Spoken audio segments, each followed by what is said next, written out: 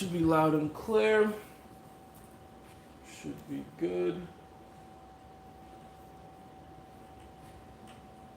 Alright.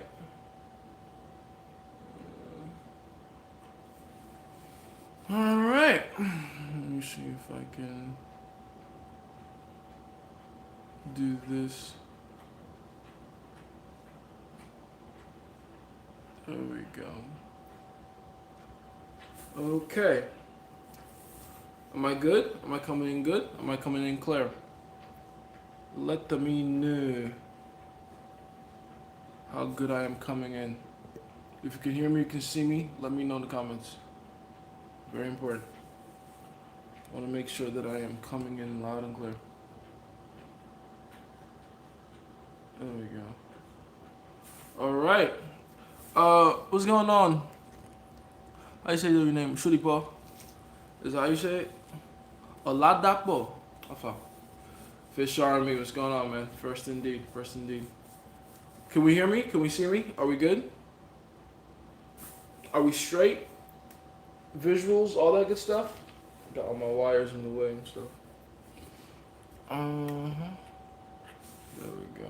Should have the nicer angles all in place. Girl, can you not lick so loud?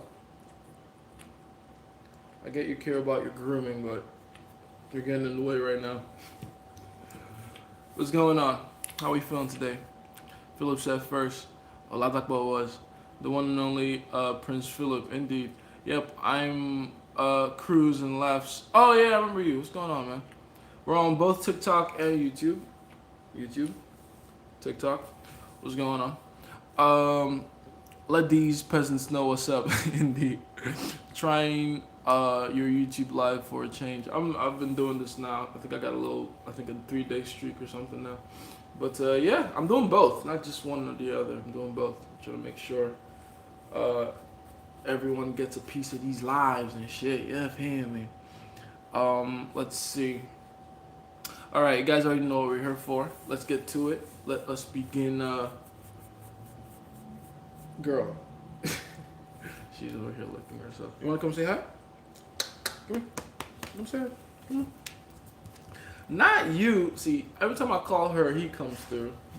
You guys can't see, but he's here now instead of her. She's over there doing her thing. Yes, indeed. You guys say hi to Zoro. Willow, come here. Come say hi. You guys say hi to Willow too. Oh wait, you guys on YouTube can't see her. This is Willow, and this is Zoro. Zoro, say hi. And Zoro like to go at it. But yeah, you guys know what we're here for. You guys know why we're here. Let's begin. We have a lot of ground to cover today, so we're gonna get right into it. Okay. Let's see. Where do I start with? TikTok or YouTube? Where do I go first? Sir, you got good tips. You got tips for storytelling. I'm good at it, but it's hard to keep the attention of people with ADHD and low attention span. Well, that's easy. If you're having trouble keeping people's attention when it comes to, hey, don't, I will lock you both in the fucking room. Don't try me. No fighting. If you're having trouble keeping people's attention, it's because you're not giving them enough value per minute. There's a concept called value per minute. Basically, it's how many aha moments or funny moments or just moments of entertainment or epiphany that you're giving them per minute. And so when you're telling stories, you should be concerned with not just the hook of it, like is it something interesting that they actually want to hear about. You should also be concerned with the body of it, like what's actually being said. How many times are there emotions being changed in the story? If the story doesn't have emotional bandwidth, it's not going to occupy enough space in their heads. Then you can also add these little tricks in there, like using your hands to speak. I already do that naturally, so it's very common for me to use. But the point is to make yourself more animated. The more you speak with your hands, the more animated you seem. It's almost like it's the physical effect of having a video play, but then you have that bottoms Subway Surfers game playing. You know that thing they used to do on TikTok. It's not as common anymore. People kind of, they got desensitized to that too. But it's that same kind of effect, but in real life. You're having people listen to you while you speak, but they're also having a visual engagement. So you're engaging more than one sense at the same time. You can also add touch in there. So every once in a while, you touch them, you tap them, you know, make some kind of physical contact to engage three senses. So they have them looking at you, hearing you, and physically feeling you at certain points during the story, right? These little things, they help to like keep you, you know, engaging and keep your audience engaged. You feel me? Is imprinting just getting her to feel her entire range of emotions? What do you do after using the opener? Those are two entirely different questions. Somebody is impatient. Hell, there's a third one. Do you believe they caught the right guy for Charlie Kirk? Okay, the first one, imprinting is, yes, it's making her feel not just a range of emotions, but making her feel a range of emotions in a short period of time. That's really the key to it. It's not just making her feel a lot of shit. It's making her feel a lot of shit in relation to how short a period of time you can make her feel it, right? The quicker the change in emotions, the better, right? So it's not make her feel happy one month, make her feel sad the next month. No, it's switch between the two within the same hour. That's what creates massive emotional investment, because the emotional investment will increase with the swing in emotions. It's the change in emotions that you actually want to pay attention to, right? So that's what you want to pay attention to. What else? What do you do after using the opener? That is what I will be covering in the next video coming out tomorrow, right?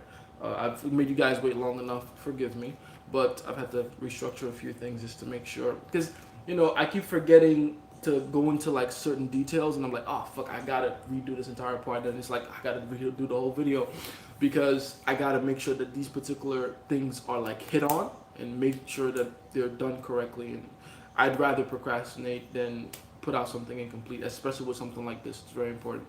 So tomorrow it's gonna come out, and you're gonna see it, and you're gonna like it. It's gonna be fun.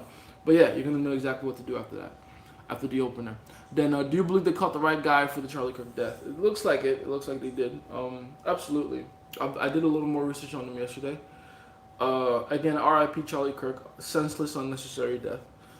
The guy that killed him is exactly who I expected it to be. Some kid that was radicalized by leftist ideology on Reddit, and he ended up thinking it was a good idea to. You're already seeing a lot of attempts to make the guy look like something else. Like there's this photo going around that's clearly been doctored, Photoshop, of him in like a Trump MAGA shirt, which is not real. It's this weird blame game everyone's trying to play, which you expect it to happen. That's just how humans are. Humans are weird. But yeah, the truth is, the actual honest to God truth is, he grew up in a Republican family, but then he found the internet, and especially right after high school into college, he got radicalized by leftist ideology that made him believe that people like Charlie Kirk deserve to die, and that's why he did the heinous act he did and carried it out, and now he's gonna serve his punishment for it. You know.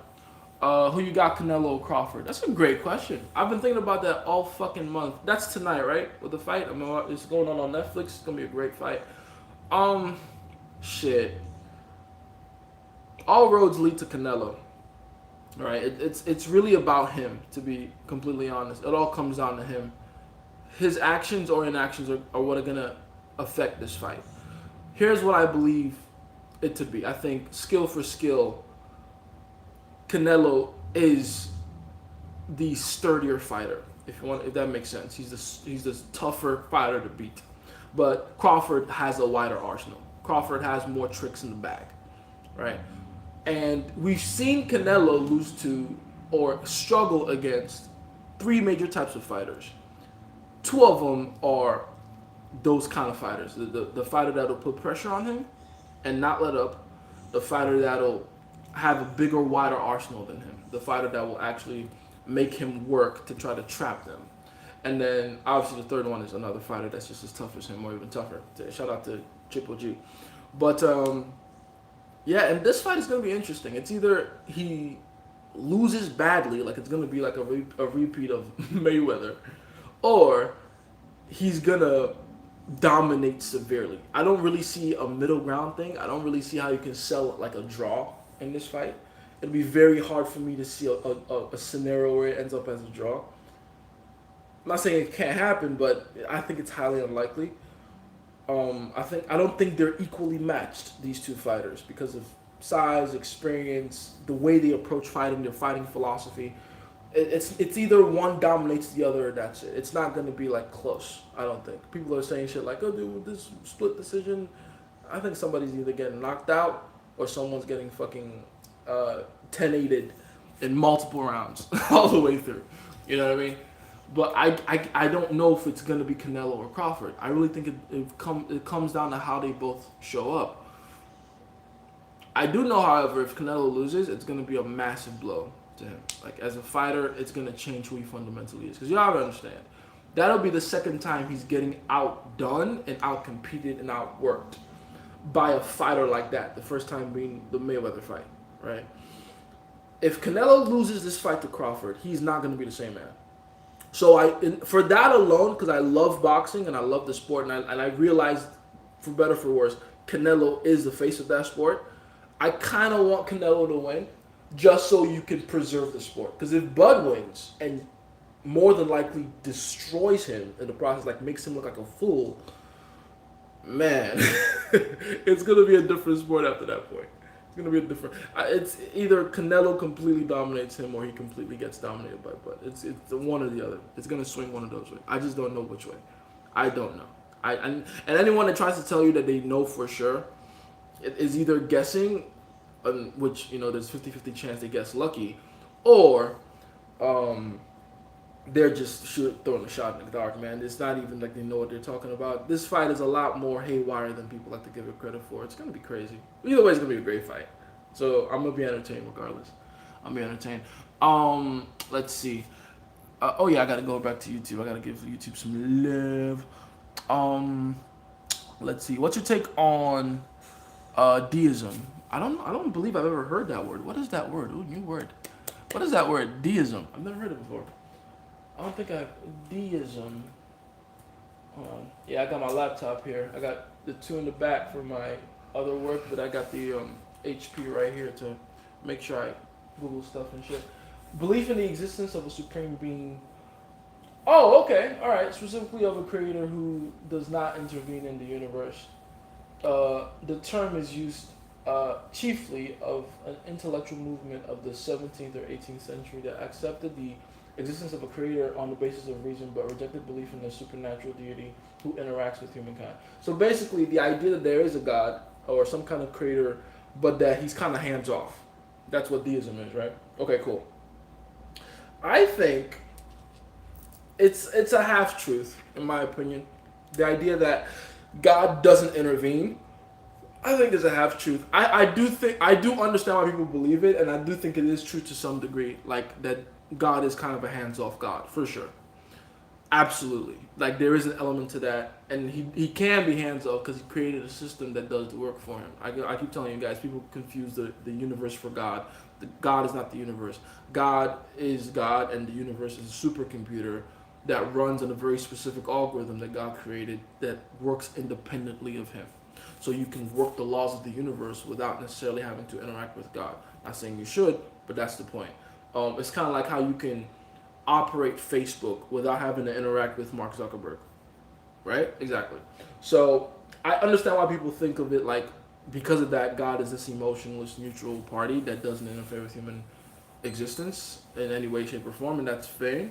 That's fair, but I do think it's a half truth. I do think, it's very clear that there is a super intelligent being that has infinite intelligence that we don't have access to, not all the time, that will interfere in some ways to be able to do certain things or for whatever reasons, right? So yeah, I that's what I think about it. It's like a half truth. After my first girl and I split, never thought I'd find a better bitch. I was so wrong. Found out there's always going to be a better bitch. There always is. And a lot of people make a lot of moves in fear of not being able to find that next bad bitch, and it's unfortunate, but it's true. This is how a lot of people move throughout their lives, and it's unnecessary. What's going on, Liam? Is there an age that's too late to learn the game? I remember you were telling a guy at 22 that he should move really fast. How about a guy that's already in his 30s and is still a noob?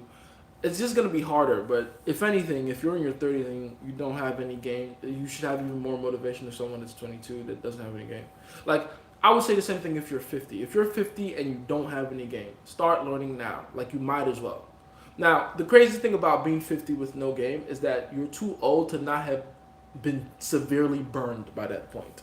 The majority of these guys that are like all these OG red pill fathers you see on YouTube, a big reason why they're like that is because they got burned really late. They went through their 20s and 30s, probably even their 40s, being completely naive about how women work. They got burned badly by women, usually through divorce, and then they all of a sudden have to like throw themselves into red pill ideology, female nature, all that good stuff, because they don't have a choice. It's kind of like the ultimate sense of urgency on steroids for them, and which is cool. You know, I'm not saying that to shame these guys. Like, better late than never.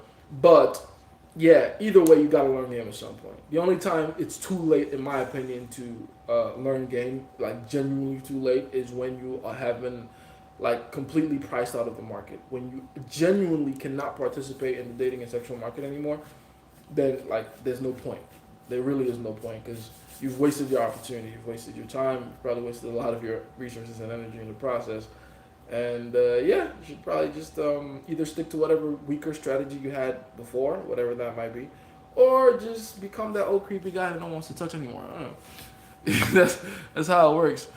Um, let's see. What does it mean when you are more successful with warm approach than cold approaches, and what is the cause of that? Lack of balls. That's really what it is. If you're better with warm approaches than cold approach, it's because it's really because you in your mind have decided that you're more oh, they're so cute lying down like that. they're literally tuning right now with their chains on. It's so cute. What was I saying? Oh yeah, it's really because you have told yourself in your mind that you should be more comfortable talking to women that you already know or having in it. Like the real difference between a cold approach situation and a warm approach situation is that with cold approach, you don't know that you grow from anywhere. You have no string to pull on. You have no source of attachment, no mutual friends, nothing. So you have to generate the reason to talk to her on the fly. The reason you feel more comfortable doing that in a warm approach setting is because you already have all these things to pull on. So you feel more comfortable. All you got to do is realize you can actually feel more comfortable with cold approach than with warm approach. And my reasoning for that is simple. If you fuck up in cold approach, the consequences are like minimal. It's almost non-existent. With warm approach, if you don't pull that one off right, you're kind of fucking up your opportunity, not just with the girl you're trying to warm approach, but with all her friends, right? So, if anything, you should be more comfortable with cold approach than with warm approach because you just get more opportunities to respawn, so to speak. And if you start looking at it like that, you start realizing that your cold approach got better than your warm approach. But then, obviously, I'm not saying that you should make your cold approach better than your warm. They should both be equally amazing. But again, it's all a trick of the mind. You feel me? Let's go back to TikTok. Oh, I gotta scroll back up. There we go. Add some good emotional negs, examples, posts, opener. You don't need another neg once you've opened. It's not necessary. You just need some light teasing. You should only really be negging once during most interactions. Most at the most twice, especially like you probably have to use a harsh, very direct neg with a very like beautiful woman, like soup. Especially when you're dealing with like celebrity women that are highly sought after, massive following online, all that kind of stuff. One or two negs, but even for them, you really shouldn't do more than two. Right? What I found funny was the Utah governor praying the suspect wasn't white.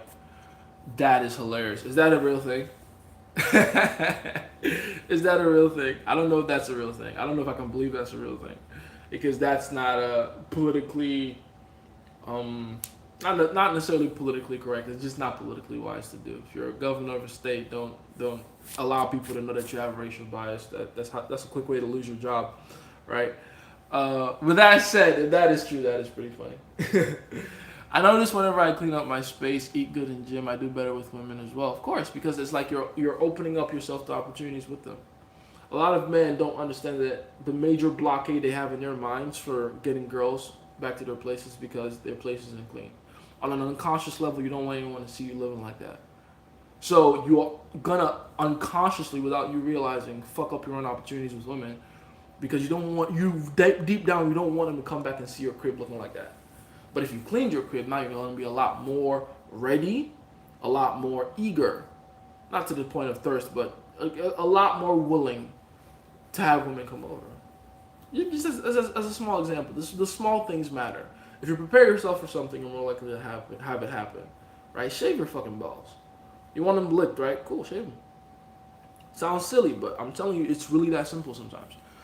I'm preparing my questions, Jace. You got some knowledge, not gonna lie when I ask a lot. Type shit. I feel you, man. And that's smart. That's just smart. And you got here early, so well done you. Next week begins my judo career. Oh shit, that boy going into judo. You about to be that trippy, throwy motherfucker. Let's go. Let's get it.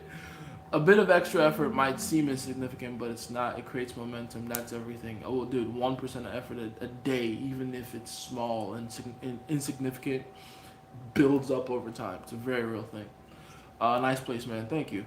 It's nice and low. It's a modest place. I hope Crawford, such a cool guy. Listen, man. It'd be so cool if Crawford won, but I would feel so bad for Canelo. Oh my god, I feel so bad. I would feel so bad for Canelo.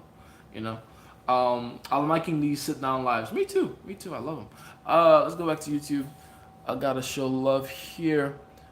Let's see. What's going on, Henry? How you doing, man?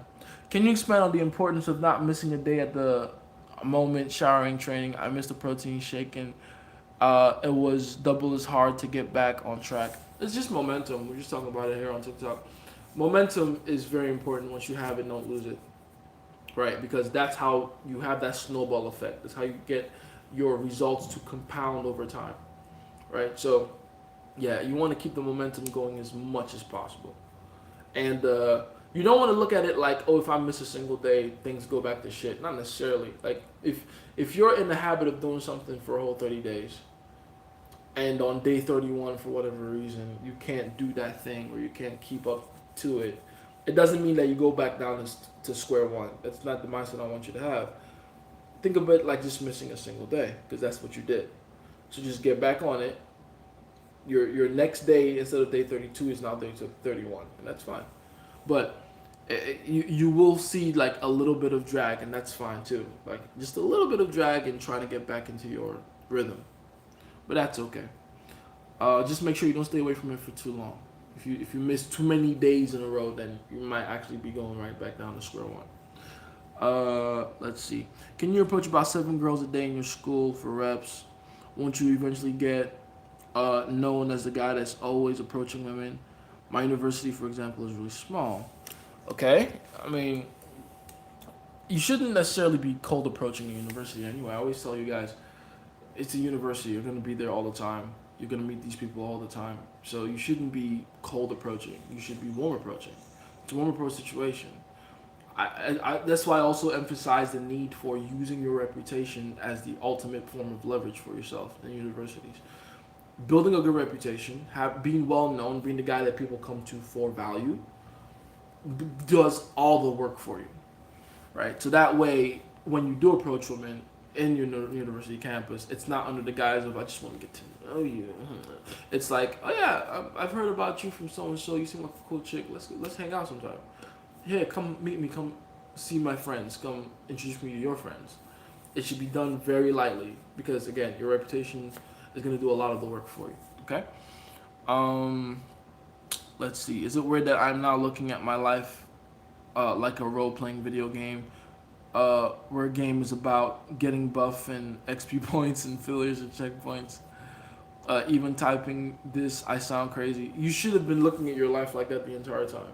We are walking avatars, and you can graduate from NPC to actual playable character, and you can advance your playable character in many different ways, at the same time. Like that's kind of the point. It is a game. The difference is you don't just click a button and things happen. You actually have to engage yourself in the process, right? So yeah, you're not looking at things wrong at all. It is a game. It is a simulation. Let's see. I'm liking that one. You reckon you could fight in the UFC? It depends on the weight class. I'm gonna be honest with you. It really depends on the weight class. I think if I can find a way to squeeze into 155 because of my dimensions and my skill level, I think skill for skill, a lot of those guys are definitely well above me. But because of my skill level not being that far behind them and my dimensions being crazy for that weight class, I think I make a decent enough ruckus. I think I do. If I can squeeze down there. That's the problem, though, right? It's squeezing down to 155. I walk around and go 205, 206, right? So, well, it depends. It really depends how I decide to play that card. You feel me? But yeah, that's. Oh wait, hold on. I gotta kick this way. There we go. But yeah, that's really what it would come down to. I'm getting bodied at 185. I'm getting bodied at any of those bigger weight classes. I'm getting killed in. 170 is a toss up. 170 is a toss up. Whether I'll be able to make it into the top 5 is gonna be I don't know, man. Cause the guy is there at 170. I'm not even gonna really rate my chances against those top 3 guys. I'm not rating my chances against like a fucking Leon Edwards or a Kamaru Usman or even a Kobe Covington. Those guys are gonna be an issue, no matter how good I think I am. But then, can I beat like a what's his name? Bo Nickel? I mean he's gonna maul me if I allow him to stay on top of me too long, right? But can he get me down? I don't think so. I think I surprised him the same way Ritter did, and my clinch is way better. So yeah, you know what I'm saying. So it's like I think I'm starching Joaquin Buckley. He's too stiff. I'm starching him. I don't care what weight class. That's just a style I've developed my entire style around. Like that's you talk about rock paper scissors styles make fights. My style beats Joaquin Buckley's 10 out of 10, destroying him. Who else is at 170? Ian Gary's a problem. I'll probably lose to Ian Gary. Because his style is similar to mine. It's very strike heavy with those surprise moments of grappling. So, but he's like more well trained, more experienced. I'll probably get starched by him. Shit. So again, this is what I'm saying. 170 is a toss up. Now you let me fight at 155. Okay. Okay. Now I can like bully those guys a little bit. You know what I mean? The same thing happened with me in jiu-jitsu too, by the way. Like when I was first fighting in jiu-jitsu, I was trying to fight at my walk around weight, and my career was like. Then I started competing at like lower weight classes, and it's like, oh, okay, I haven't lost ever since. It's perfect. You feel me? I'm just a weight bully for real. I'm being honest with you guys. Let's see. Canelo became so much better after that Mayweather fight, dude. Thank you for saying that because someone asked me that question recently too. They were like, do you think the current Canelo beats that version of Mayweather he faced that night? And I'm like, we don't get the current version of Canelo without Mayweather. I don't think people get that. Like, that's how good Mayweather was in his prime. Like, he wasn't even in his prime for real, but that's how good Mayweather was. Like, you fight him once, your boxing career changes forever. You become a better fighter. Canelo would have never understood the point of being able to fight going backwards, being able to swing directly from the hips instead of just shoulder work, being able to move his head movement, actual solid head movement, if he didn't fight Mayweather. If he didn't fight Mayweather, he would have never decided to learn all those other things. So, what would have happened if they fought later? He would have gotten beat worse. Because he would have never needed to change or improve from that point on. Not in the ways he would have needed to be able to face a Mayweather. So, be grateful that fight happened for Canelo. Be grateful. How long have I been training? Shit, depends on if you want to put the breaks in there or not. I've technically been training, like, I started with karate when I was a kid, man. Like, but it wasn't professional. It wasn't. What's the word I'm looking for? It wasn't. What's the word I'm looking for? What's that word I'm looking for? Official, not official.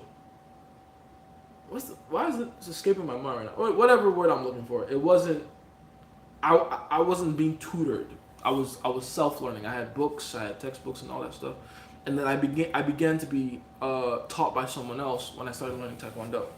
And that was when I was just about to be a teenager, I think. This is in high school. And then from there, it was years of striking. Then I left Nigeria. I wasn't doing anything martial arts related. And it wasn't until I was in, I think, my mid-20s, just before my mid-20s, that I decided, okay, you know what? Let's see about this grappling shit. Let's see what's going on with jiu-jitsu. And I've been training ever since. Yeah, family. So yeah, that's quite a few years. Watching your live while when I didn't even know you were alive. Oh, that's funny. Posted on the Charlie situation, a bit hesitant, but immediately I felt scared of doing something. I feel that it was the right thing to do. That's good.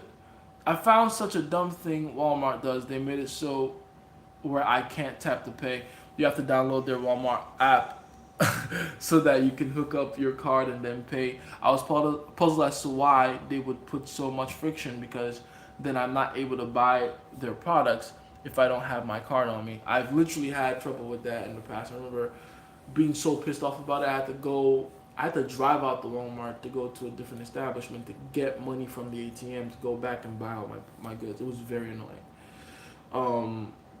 Because my battery was dying, and I remember thinking, if I try to do this entire register for their app thing, it might die on me. So I have to do just enough to be able to.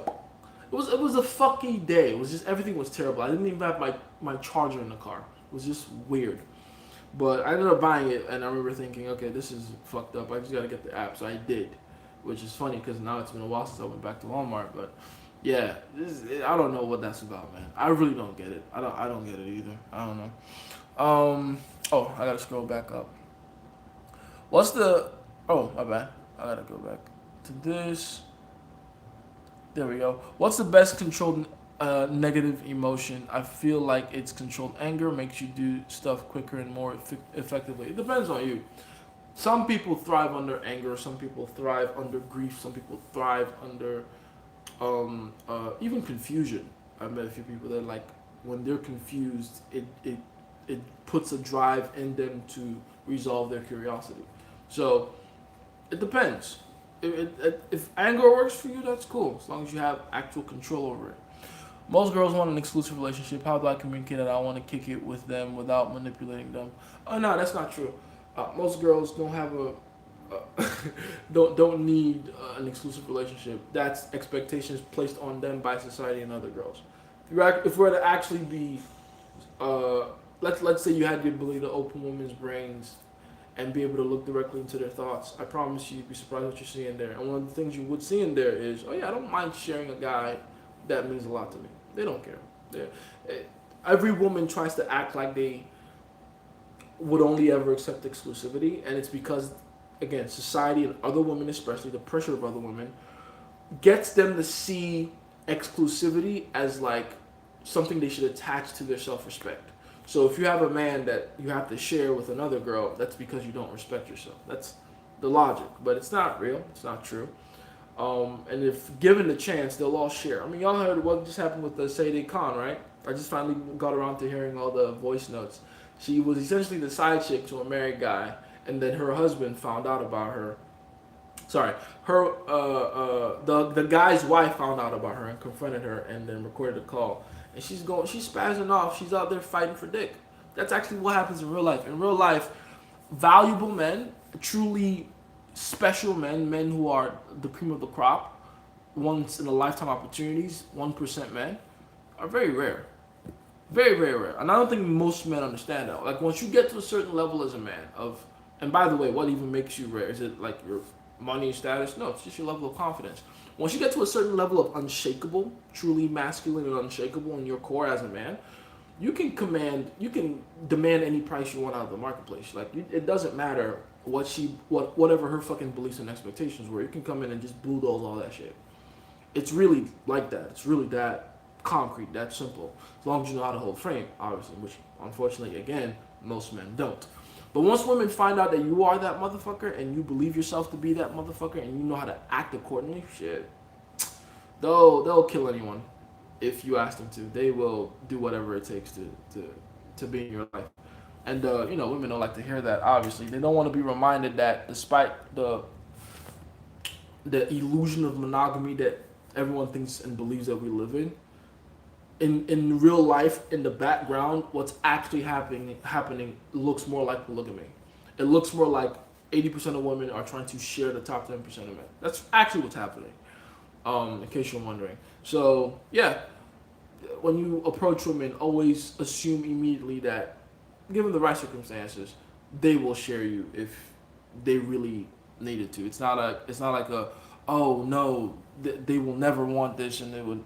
never happened. No, just assume it. Like, yeah, they would, show you. And once you assume that and you act from that place, it doesn't become a thing of you have to convince her to be okay with sharing it, because that's not the point of it. That's not the real friction that you have to handle. The real friction you have to deal with is how she can do that and be okay with her friends and family finding out about it. That's really the main friction of it. It's she wants to look good in public. She doesn't want to look like a fool, and she also doesn't want to be just another bitch. She wants to be the most special one. She wants to be the favorite. Right? You handle those two things, you're golden.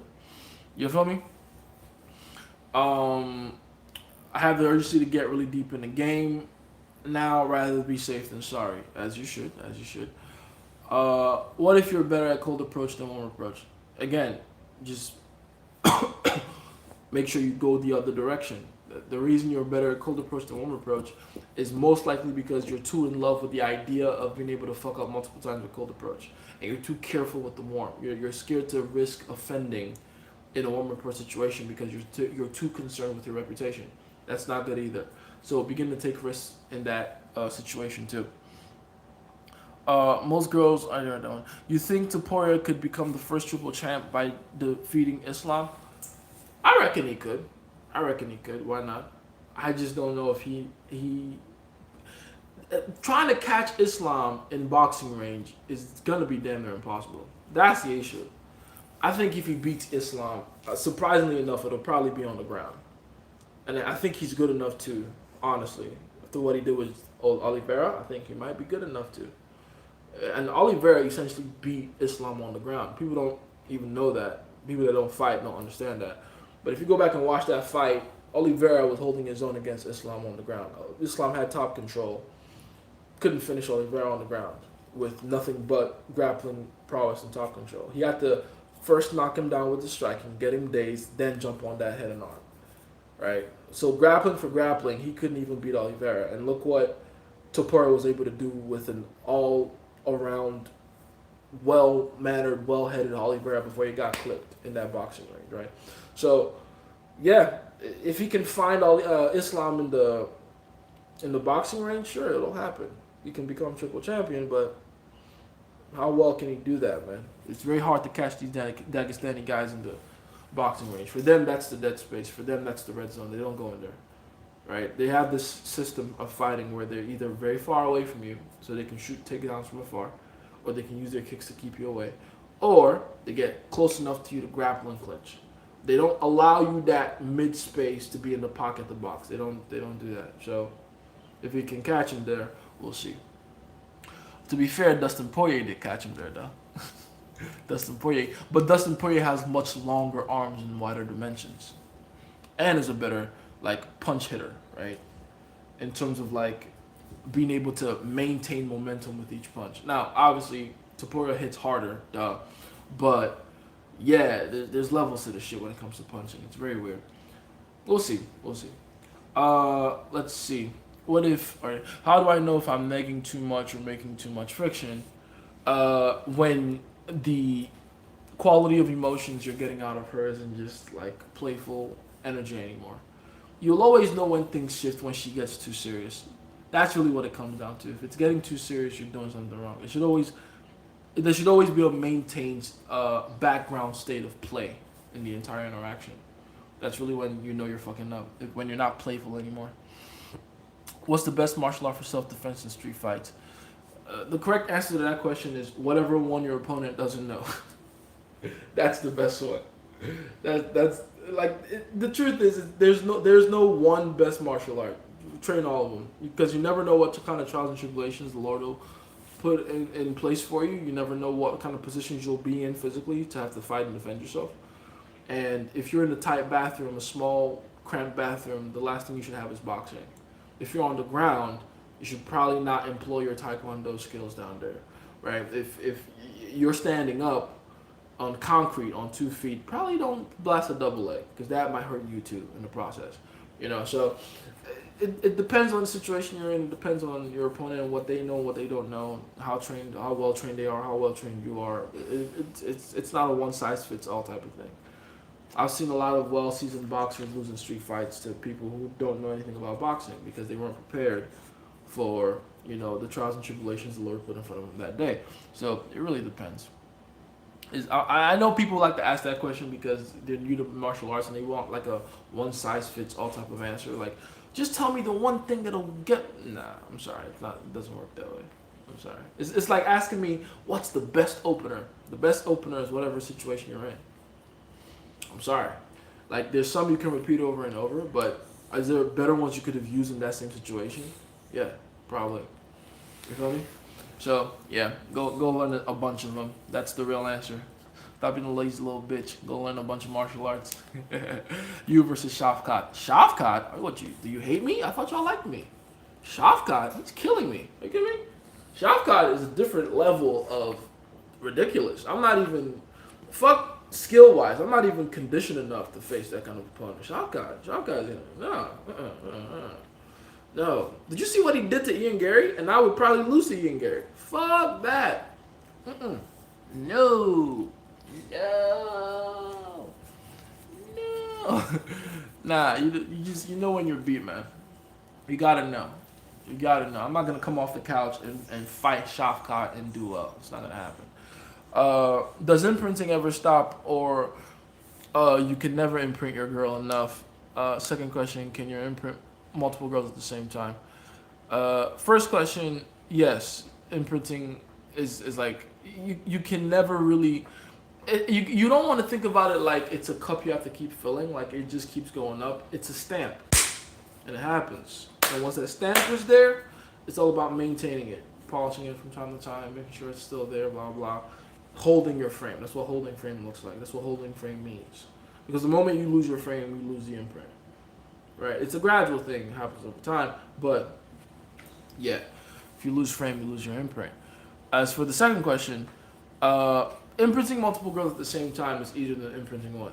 That's the irony to it. It's not even that it's not much of a question because it's not as complex as you think it is. It's like asking me, can you have multiple... Buddy, can you not lick, please? Can you have multiple pots on the stove at the same time? Can you cook multiple meals at the same time? Yeah. Different ingredients, different processes, but ultimately, yes, you can definitely... What are you doing? Stop it. You can definitely do that. It's not as hard as you think it is. Can you text multiple girls at the same time? Yes? Cool. There we go. In your opinion, what's the major difference in celebrity women versus high, attractive, lesser-known chicks? In a weird way, there's not much of a difference, to be honest. The only major difference I would say, if I had to point one out, is the level of the barrier to entry is slightly different. So with celebrity women, getting them is actually pretty easy. I've always said they're a lot more normal than you assume they are. Celebrity women are quite easy to get along with. What's hard is getting through all the natural walls that surround them to get to them. So it's getting through the concierge, the bodyguard, the chauffeur, the manager. It's all those people and all those things that are placed in her life to protect her from outsiders. And so it almost feels like the only way you can get in contact with celebrity women is to already be in their world. And it's designed that way. That's their protection. But once you're actually in front of them, a bit of game and you're in there, right? Plus, you kind of have it easier because they know that you were either strong enough or socially calibrated enough or have enough status to go through the rigmarole of their barrier to entry. It's kind of like the analogy I use of, imagine going into a club where the cover charge at the door is $1,000, right? Once you get in there, you probably have to go through multiple different bouncers, probably have to go through multiple different levels of scrutiny, pat down, ID check, you got to sign this, waiver that, whatever. And then you get in there. By the time you get in there, every girl you're going to meet in there is going to be super nice to you, very cooperative. Why? Because there's already a system in place in the form of the club and the exclusivity that it provides that has done all the vetting and, scrutiny for them. So they don't have to shit test you anymore. You've already gone through a shit test that has been designed to do it for them, right? Same thing with celebrity women. Now, regular women or women that aren't necessarily as celebrity are as uncooperative as they are, or give you as many shit tests as they do, precisely because they don't have anything in place to do the vetting for them. So they have to do it themselves. That's why, she has to let her friends be mean to you a little bit. That's why she has to, say some things about you to test your confidence a little bit, just to see how you respond to it. Because there's nothing in place for her to do the vetting for her. She has to do it herself. You see what I'm saying? So that's really what it comes down to. One is hard in the front end, easy in the back end. One is easy in the front end, hard in the back end. A little bit. You see what I'm saying? That's really the major difference. Wait, so how can I build my value before joining uni to have that effect? You can't. You're not going to be able to do it before uni. You're like not in a direct physical way. What you should do though is you should prepare yourself before you. Can you not nibble on me, please? I'm not that delicious. What you should do though is prepare yourself. She's so cute.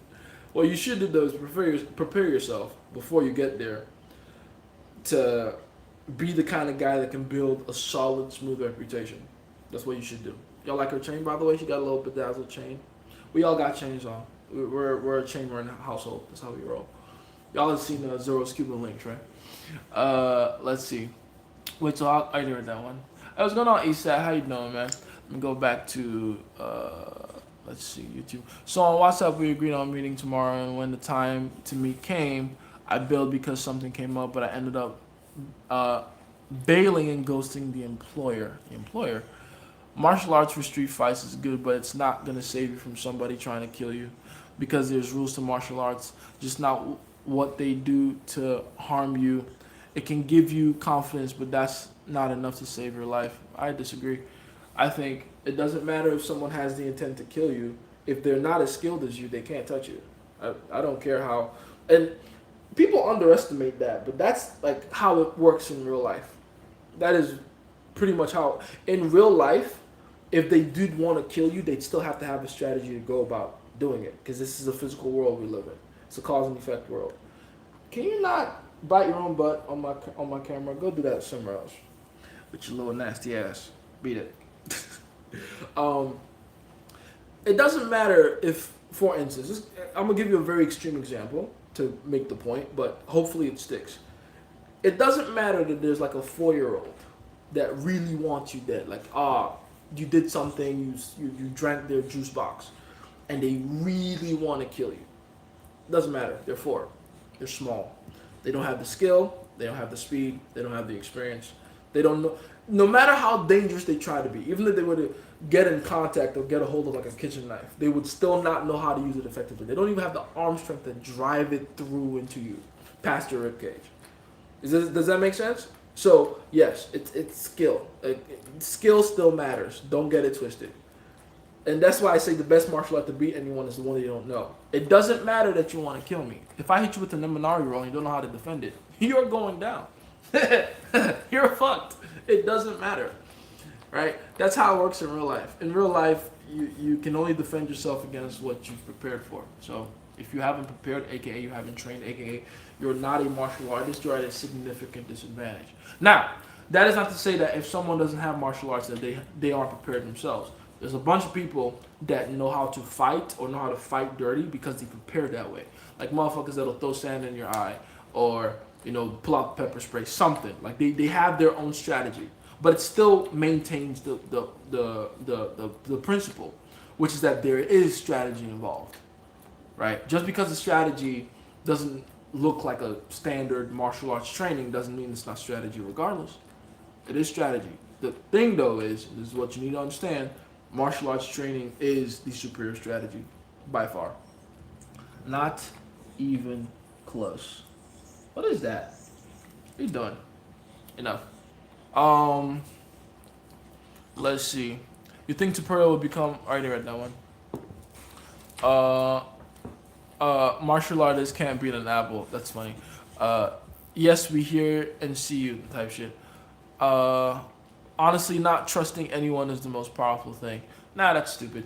If you move through your life not trusting or not being trusting of people, then all you're going to do is make yourself isolated and miserable. You feel me? You feel me? Didn't hear your answer on Tuperia. Oh, I said, you probably just joined. I said, when it comes to Topuria becoming triple champion, it all comes down to his ability to get into boxing range with Islam, which is going to be very difficult for him. Like, if there's one thing those Dagestani guys are good at doing, it's staying out of that dead space to not get into boxing range. That is like their entire training. Their entire training revolves around that, around not getting into boxing range. That is what their entire training is all about. And that's where Topuria needs to be to win. So we'll see how that goes. How come you never posted a video of you doing MMA, or rather I haven't seen? Oh no. Why would I give people a forewarning of what my style looks like? I'm trying to hustle someone out here. I'm trying to get into the fight game. I want people to think I suck. That's why I only talk about it in these lives. There's like 20 people here. Perfect. No one's gonna know. So when I eventually decide, okay, I'm gonna fight this person, they're not gonna see what comes. Easy money. Hell yeah. Let's see.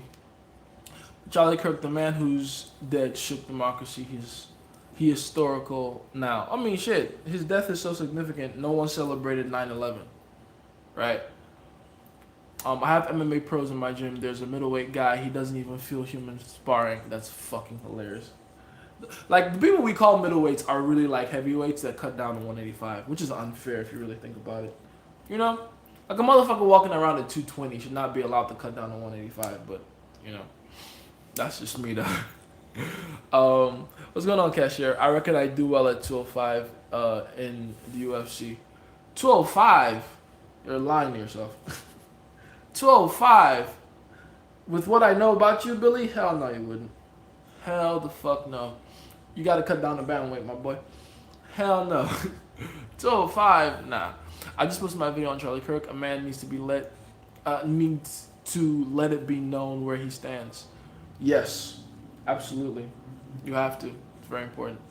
Some people talk to us about Christ University in India. Christ University in India, I was thinking about the foreign effect. I have no idea what any of that means. Christ University in India? I have no idea what that means. There's a Christ University in India. Is that even possible? I thought it was like a Hindu/Muslim country. Up to her and told her, are you cheating on my boy? Huh? What happened? Damn, anyone in your life could say about you. What are we talking about? Why is everyone's messages looking like there's supposed to be a second one or a third one and it's not happening? But I don't see it being appealing if it's going abroad. I would choose USA. What are we talking about? I'm gonna go to YouTube. Y'all are confusing me over on TikTok. Let's see. Honestly, I'd say the reason people are in this predicament is because they're too trusting. But like, if you got your life together and don't trust anyone, nobody can mess with you. Here's my question to you. This is my honest question to you, and this is a question I want you to honestly ask yourself: is your life together? Don't look at me. I'm doing well. Is your life together? And if it's not, you gotta ask yourself: is my strategy actually working? Like, you got to take account of what's going on with you. You can't just make assumptions and just go by it. Because that's what people do, right? They experience some kind of pain, and then they go, I think this is the way to go to alleviate myself of pain. Are you coming up with a strategy from a place of certainty? Oh, bless you. Gesundheit.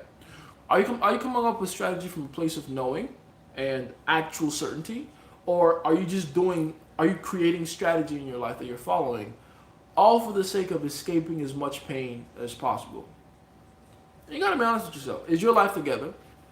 Because I don't know a single person whose life is together who preaches rhetoric like that. Anyone with their life together will tell you the same thing. You can't create much without the help of other people. You cannot move through life not being trusting of anyone. That is a miserable existence. Right? I'm not saying you should be so blindly trusting that you should trust just anyone, but to live your life thinking that you can circumvent the entire point of human existence, which is to collaborate with each other, you're out of your fucking mind. You're lying to yourself. I know you're broke. I know you are. I don't need to even know who you are as a person. I know you are. That's broke mentality, like right there, automatically. I know you are.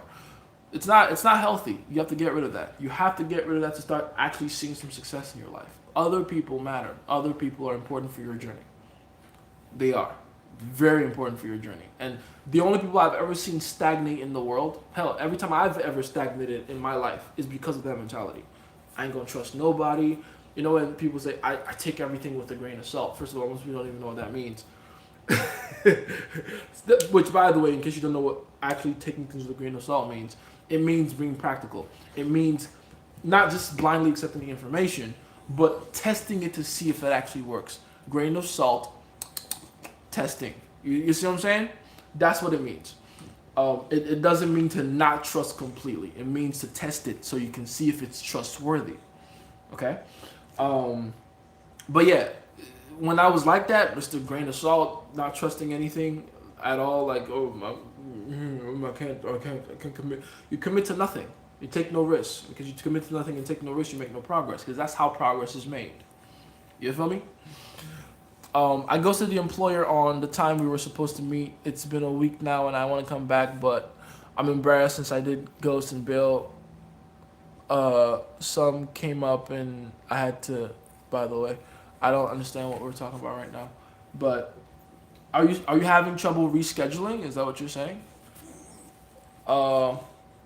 Let's see.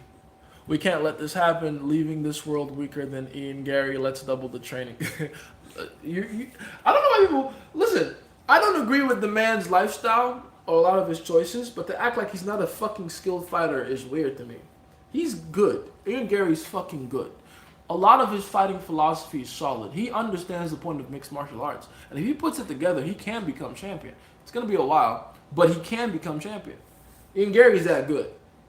He really is that good, right? He just needs to stop trying to be as explosive as to say this lightly.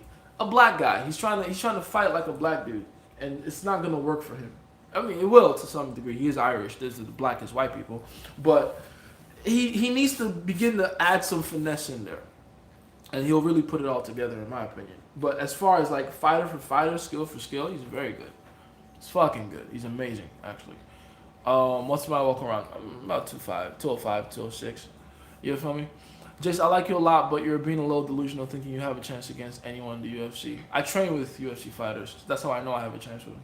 That's how I know what my capabilities are. That's why I'm being humble enough to be like, okay, I know what weight classes I can do well in. I train with them. That's why I can say what I say. You know what I'm saying? I train with professionals all the time. I literally help to spar with people, sparring training with people that become champions in different organizations, not just UFC. Right? I'm sure UFC is the cream of the crop. But yeah, I mean, I live in Cincinnati. If you know who's down here, you know what's going on, right? So, yeah, do with that information what you must. I was telling my girl yesterday spiritual significance of all things having to do with Charlie, and how the reason the dad felt so compelled to turn him in is because of he consulted with a family friend, which was a priest. I was saying to her, God spun back for Charlie type shit. But honestly, it's not going to end there. The spin back isn't just going to end with the killer. It's going to be with every person that allowed that negative energy to take over them. And you can't do that. Hold on. Give me a second. I'm about to make my dog bite herself. That's her punishment for trying to bite me. There we go. I do this thing where I put her paw in her mouth and I clap. But just lightly, though. Don't do that too hard. But what was I going with this? Oh yeah, it's gonna be a lot more ramifications to it. It's like a domino effect. It's gonna keep going. It's a lot of things that are gonna happen. You see what I'm saying? Let's see. Goes to the employer. Alright, there we're done. Would you recommend an audio recording myself on approaches and going over my mistakes? Absolutely. This guy who's dating my female friend keeps giving me weird looks and acting weird around me. I told him I'm not your enemy, but he still does. Should I care or not? He keeps giving you weird looks and acting weird around you. Told him you're not his enemy. He's dating your female friend.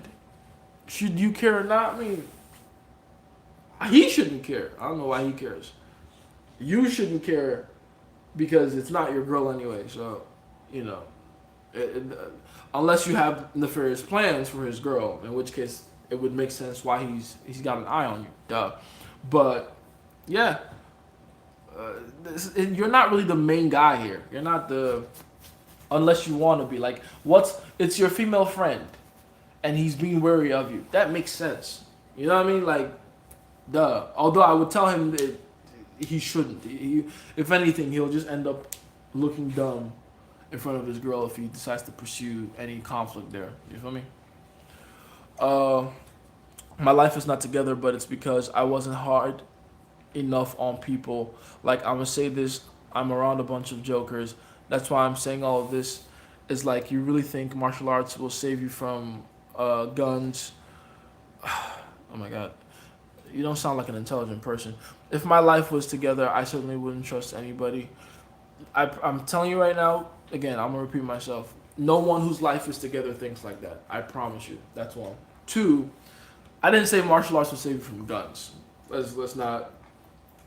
You said self-defense situation. That is assuming someone wants to come at you in a hand-to-hand combat type of situation. You're always gonna be better off knowing how to actually fight when it comes to hand-to-hand combat. Like, even just knowing small things like foot positioning, like giving you better leverage on the outside, like tiny things like that give you so much of an advantage over the average person that doesn't know, right? It's just superior strategy versus inferior strategy. You're gonna win more times than not. You're also misdiagnosing your problem. Your life is in shit because you were too trusting. Your life is shit because you don't know how to take personal responsibility, and it's clear because you're blaming other people. You see the point? Again, your fear and your pain is helping you. You're not seeing things clearly. You're not looking at the entire chessboard right now. You're in pain. You gotta identify yourself as a wounded gazelle and see yourself for, like, buddy, are you this girl. You're a wounded gazelle right now. You're reeling in pain and you haven't let that pain go. You have to let that pain go. Just be chill. It's okay. It becomes better. Life becomes better. Things get better. I promise. But you can't make it get better if you're still looking at your biggest mistake as trusting other people. Nah, your biggest mistake is not taking responsibility for yourself. Other people are just a symptom of that, right? If it wasn't other people, it would have been something else. Does that make sense? Like, it would have manifested some other way, but ultimately it comes down to yourself. It always comes down to yourself. It's your life. You gotta live it. You're a fan, man. Your life. You feel me? You can't blame, oh, you had a lot of jokers around you. So did I. But the irony, and this is what people don't always talk about, sometimes you can turn the jokers around you into winners too. That's not always going to happen, right? It's their life to live to. They can choose to come on the path with you or not, but don't get it twisted. You have a lot more influence over your world than you give yourself credit for. You feel me? I already read that one. Let's see. And then she texted me apologizing, saying that was my ex and told her it's okay, don't worry, it's not like... ESAT, I don't know, like we were dating. What should you do in this situation? I don't even know what the situation is. I feel like a bunch of your messages are... Oh, okay, hold on. Up to her and told her, why are you cheating on my boy? Okay, so that's the first one I'm seeing, ESAT. There's clearly one before that I missed or TikTok took away. And then you said, and then she texted me apologizing. So there's just a bunch of messages that are not showing, ESAT. I need more context. Can you tell that from the beginning? Sorry about the inconvenience. Let's see. Was a priest. Would it be possible to do this kind of live once a week, a specific date, on a specific time? Nah. You know me with times and lives. The only time I keep is for my private community. Everybody else gets this random shit. I do it when I feel like it, nigga. But it has to be that way for a reason. Let's see. So how many years until striking and grappling? I want to quantify it. I don't know. Probably about 4 years of grappling now, and about, I would say, good maybe quantify 8-9 years of striking. I think, yeah, something like that. School community, high society, exactly. Yeah, y'all want school community treatment when you're not in the community. You're not gonna get it. I'm sorry. You're not gonna get it. And that's not just the reason I'm doing it random. Again, because it's TikTok, dude. It's TikTok and YouTube. You know. What am I talking about here? Jace, how would I go about wanting an open relationship with a chick when she's hesitant? She's hesitant. Makes sense. Why is she hesitant? You gotta figure out why she's hesitant. Like, what is the actual reason she's hesitant for? And then once you address that reason, then to show it's like objection handling, right? If you're selling something to someone, and they go, I'll think about it. Well, do you go, well, what do I do now? No, you ask them, okay, so what's the issue? Why are you feeling like you can't or shouldn't pull the trigger on this right now? And then they'll tell you.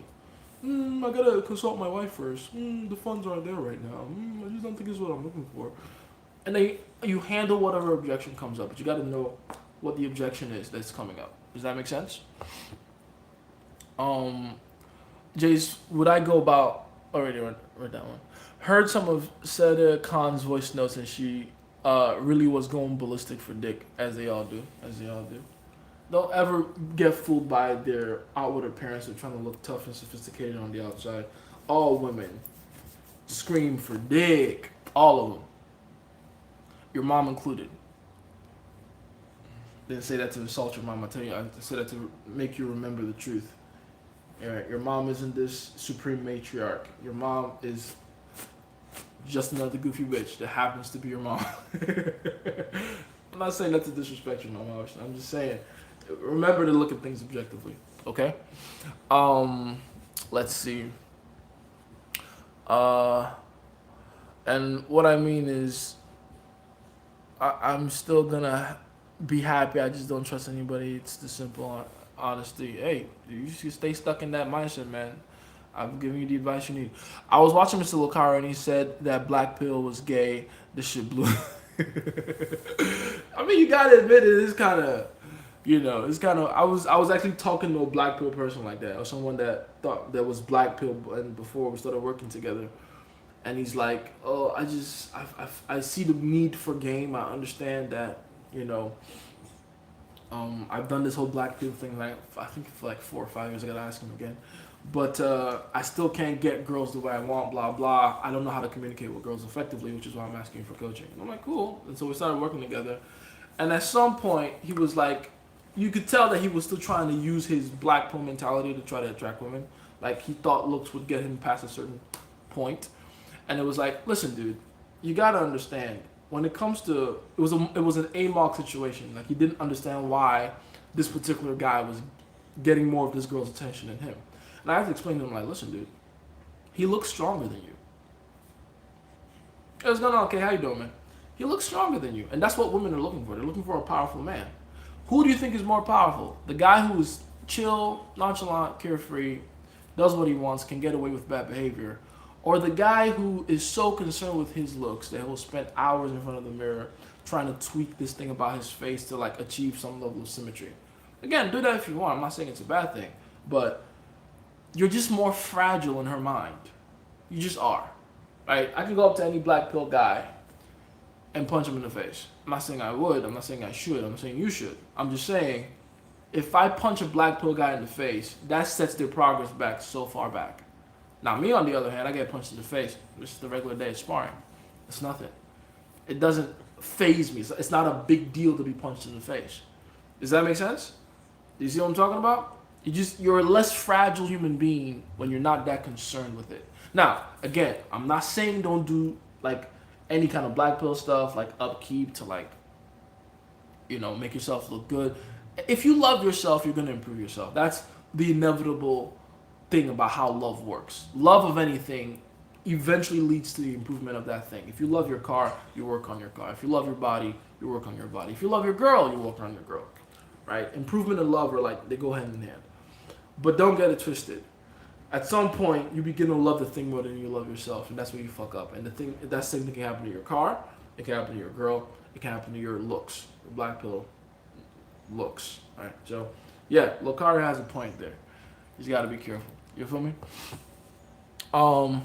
Yeah, rescheduling. I should just give up and go to a different place and look for a job there since I embarrassed myself. Nah, just try again. Try again. Like, yeah, it sounds to me like you have a follow-up issue. Because you rescheduled, sure, but you're taking it like, put it yourself in their shoes. If anything, you look like the higher value one. Like clearly, this job wasn't important enough to you for you to reschedule or do something else. So low key, they'd be grateful for you to give them a second chance, but you have to approach it with like a humility of like, listen, I genuinely had a situation that day. I genuinely had something come up. I apologize for wasting your time. I'm here to make up for it. And even make a joke like, hey, listen, I'll work one day for free. Just first day, no money, no charge, just to make up for our missed appointment. That's my bad. I never want you to feel like I don't respect your time. All right.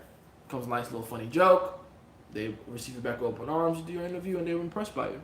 Right? So don't ever look at it like you didn't fuck up. You just, life happened. Life be lifing, bro. It's fine. Let's see. I gotta come back here.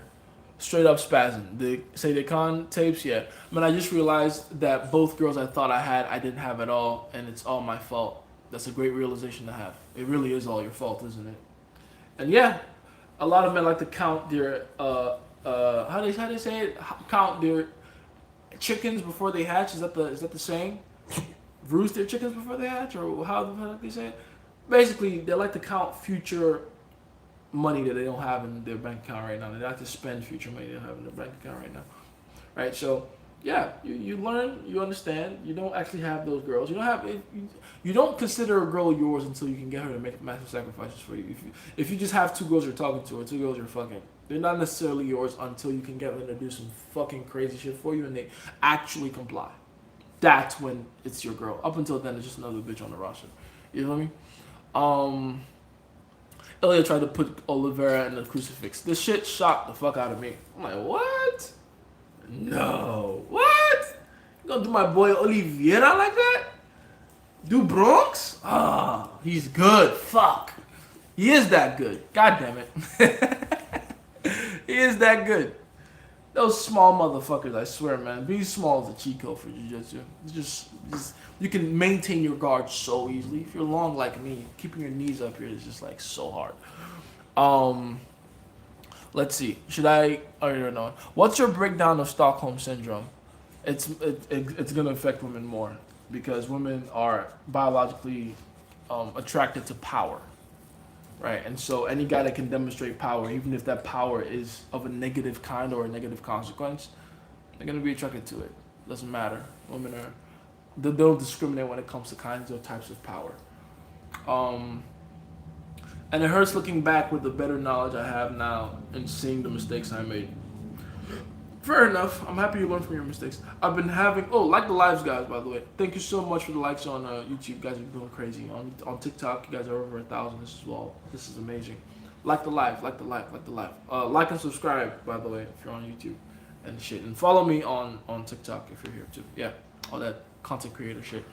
I've been having fun as a server with the freedom in executing openers. The opener was that she looked like the type to steal pens in elementary school.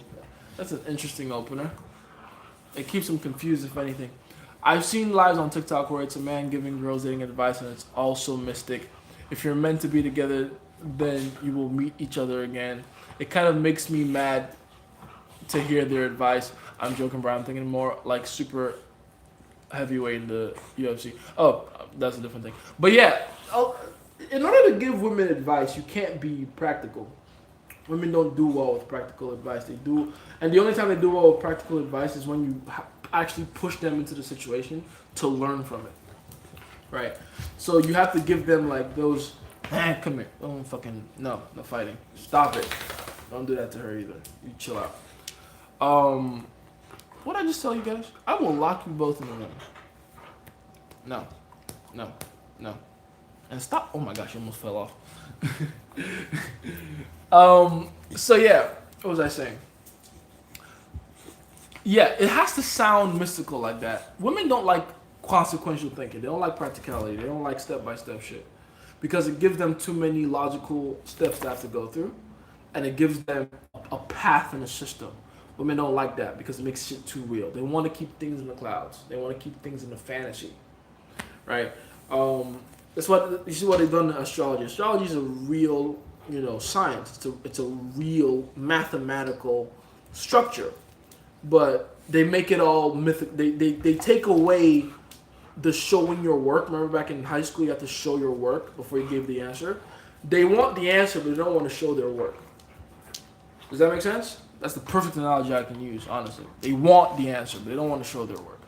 So, yeah, when you hear advice like that, nah, just skip past it. That's how they absorb information. Um, Thoughts on Kamzat Twin. I've already given that. I've already told you guys what I think about that a while ago. But basically, I was very impressed by it. That was very impressive. I am very. Look at these two. I am very shocked he couldn't finish that fight sooner.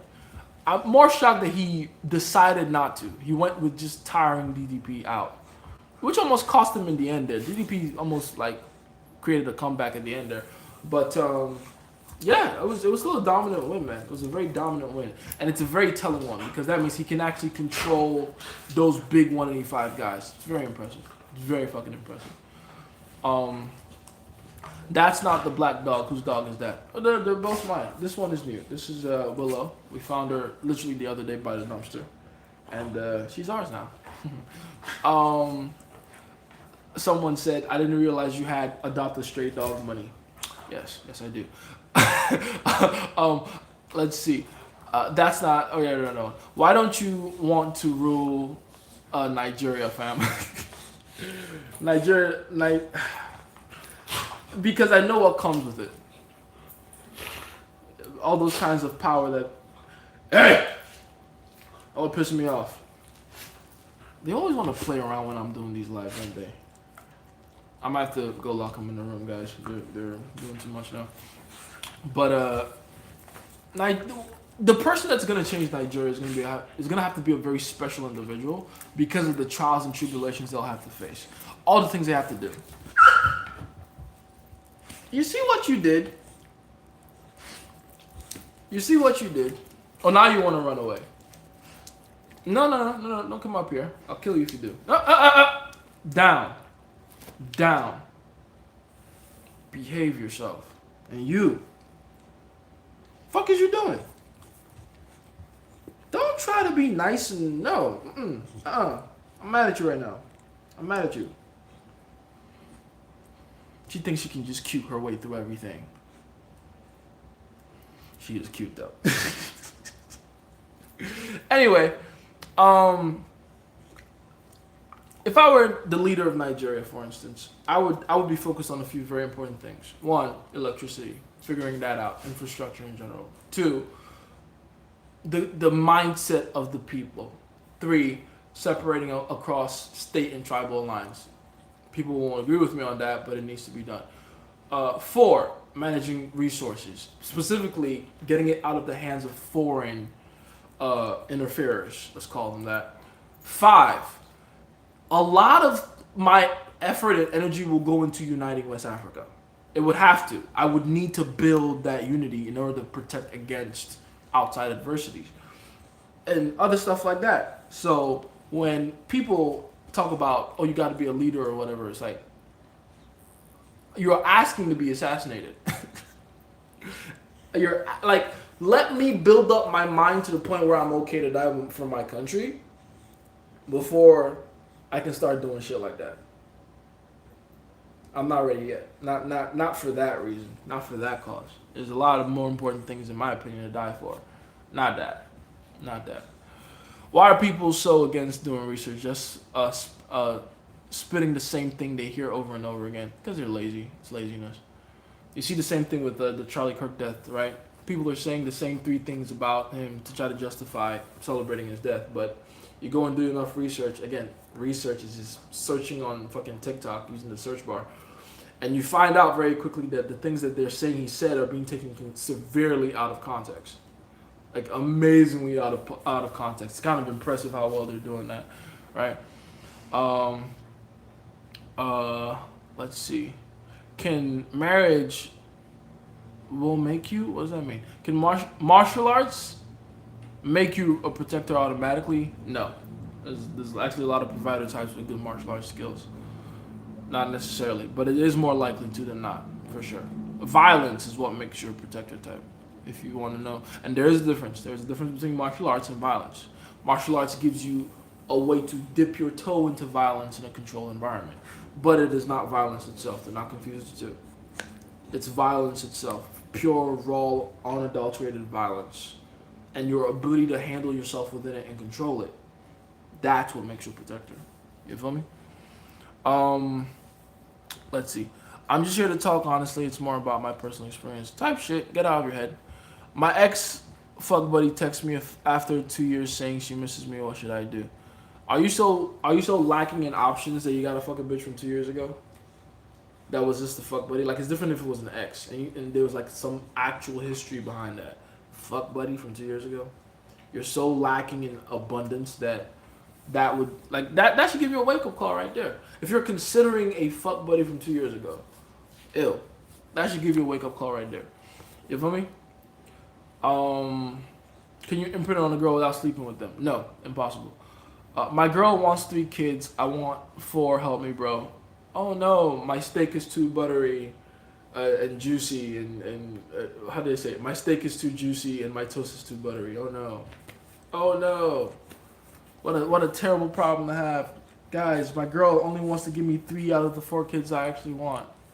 Oh no. Jason, I want to tell you a situation about my dad. Go ahead. My friend saw the girl I've been getting with for a week now at the bar with some guy. He went and told her, "Why are you cheating on my boy?" Oh, okay, I see. So he confronted her for you. W friend. With that said, though, are you together? Are you and this girl actually together, or are you just fucking? Because he might have jumped the gun on that. He has 3 compliant wives, and now he's low status chick, which he's rocking with, and he looks very compliant to her, and she's not, and he's at his old age. Well, would you call that, huh? He's admitting, huh? I need you to rewrite all of that. I don't understand any of that shit. I'm sure English isn't your first language, and I'm not blaming you for that, but I do need to understand what you're saying to help you, okay? Jason, have you ever been jumped? I remember my first time getting jumped. That's funny. I've almost been jumped. Almost. But I'm really fast, so it was very hard for them to catch me. And this is on multiple occasions, by the way. I've always been a talker. I've always been the guy that says shit that pisses people off. So, yeah, I've had people try to gang up on me and jump me, but I've always been able to get out of it, one way or the other. You feel me? I'm a shifty motherfucker. I knew if I was born in the UFC, I'd be in the NFL right now, being a running back. I'm just. I'm kidding, but you get the point. Jace almost jumped by feminists, probably. Honestly, no, not even. It was. I'm gonna put it like this, right? I was an annoying kid. Every single time I've had people almost jump me, it was because I was definitely in the wrong. I was definitely being annoying. I'll tell you the kind of kid I was. When I was in high school, at one point, my nickname was Moses. Moses, they would call me. Want to know why my nickname was Moses? Because for a whole week, I managed to get the class in trouble 7 times in a row, once every single day, for an entire week. So this is Monday through Friday, skip the weekends, and then Monday and Tuesday again, right? For a whole 7 days straight of school days. I was able to get the whole class in trouble and get everyone punished 7 times in a row. Every single day. And why? Because I was stubborn. I was, frankly, very selfish. I was very opinionated. Extremely. I was going against not just other students. I was going against teachers. I've always been like that. I've always had like a very strong mindset, very stubborn individual, very see things my way type of guy, right? So, I mean, one of those reasons was in my school at the time, we had like this schedule for sweeping the class. So there'd be a crew that would sweep it every single day just after the bell rings for closing time. That was the point of it. Like, you'd have that last period just before the bell rings, just before the bell rings to close the day off, sweep the class and blah, blah. It was a turn-by-turn basis, and it was 2 people per day. So I had my partner. My partner was this girl I hated. She was the baddest bitch in my class. She really was. But I was the only guy that didn't have a crush on her because she was the smartest girl in our class. And she was the only chick I couldn't beat academically. So for me, she was my rival. Everyone else was like, oh, I can't wait to fucking cure her. Fucking cure her. That bitch was the reason I never got first position. I still feel about it like that, by the way. It's not. I mean, she's having a beautiful life now. She's married. I think she lives in Texas, too. Shout out to her. She's doing good. But, yeah, I always had beef with that bitch. She was my partner when it came to sweeping. So, me being me, I would always do these division of labor things. And I said, cool. I'm going to sweep this much of the class. And it's going to be more surface area to sweep than you. But at the end, I need you to pack up the dust and put it away. Right? That was like the dustpan. And by the way, this is Nigeria. This is all happening in. So when I say sweep, I'm not just talking like, brooms like this. I'm talking about those bend down on the fucking. I don't know if you guys ever seen those really thin broomsticks all tied together, like hundreds of them, and you gotta bend down and sweep with your hand like this, right? So I'm doing that hard work to sweep about 3/3 of the class. She's gonna sweep about 3/4 of the class. She's gonna sweep about 1/4 of the class. And then I'm gonna take it all to the front, gather it up in one giant pile, and all she has to do is get the trash can, get the dustpan, put it all in there, and that's it. We all go home. Here's what ended up happening. She left early because apparently she didn't want to miss her bus, whatever the fucking her excuse was. But I'm like, we had an agreement. You're gonna pick up the dust. I already did most of the work, sweeping most of the class. Just take your part. Just do your part. So I said, okay, cool, whatever. Yeah, we'll just wait till tomorrow. So tomorrow comes. We come back in the school. And I'm like, well, okay, cool. Why don't she just come and pack it up now that she's here in the morning? She didn't. Here's what's worse. We have a crew for the day and a crew for the morning when it comes to sweeping, right? The crew for the next day, a crew for each day when it comes to sweeping, and they sweep in the morning and the afternoon. Morning and afternoon. The crew for the next day came and saw that in the morning, and we're like, what the fuck? The crew from last night didn't pack up their dust, their dirt, their pile of sand and whatever. What's going on here? So guess what they did? They didn't sweep it up. So really understand my predicament here. And this is why I was so opinionated and felt so strongly about it. I had an agreement with this bitch. She didn't uphold. She didn't do it come the next day. And then even worse, the crew after that, the crew of the next day, weren't like, okay, you know what, something about it went wrong, whatever, we'll just sweep it off and then they can owe us later. They all just left it there. The fucking sand, dust, whatever the fuck, it was right there in front of the class for the first teacher to show up for his first period and look at it. Just greeting him there. The whole time, this is what the entire class is doing. They're like, Chisel, go on, sweep it. That's my native name. Chisel, go on, sweep it. Let's go. And I'm like, yo, this is not my fault. I made an agreement with this bitch. She didn't uphold it. Why aren't you blaming her? Obviously, they wouldn't. She's the baddest bitch. Everyone likes her. Duh. I didn't understand that at this point. That they were never going to be on my side over pussy. But whatever. Maybe Kay's right. Maybe they were male feminists. I guess. Anyway, I was mad at her. I was even more mad at the crew. For the next day. Like, yo, both of you saw the dust. You couldn't at least help your boy out? Something? No, it wasn't our responsibility. So guess what the teacher did when he came in? He saw that. He asked what happened. They all blamed me. Unfortunately for them, I'm that teacher's pet. Like, that was the economics teacher. Mr. Chima was my guy. He was not going to let me go down alone. So he said, okay, I'm going to punish him for not picking up his dust, apparently. But I'm going to punish the rest of y'all because you didn't act like a class and have his back. I was happy with that. I was because he was going to take it easy on the strokes with me anyway because, hey, pause on that. But in Nigeria, we take strokes with the cane. We get physically punished. And he was like, he's going to flog everybody. And he did. But he took it easy on me because I'm his guy. Now, I was happy with that outcome. But the rest of the class wasn't. Needless to say, they were all like the next 3 periods. They were threatening to jump me when, when break time came around. Guess where my bitch ass went? To the teacher's lounge. You ain't catching me. You ain't catching me. And the best part is I never apologized for that shit. They wanted.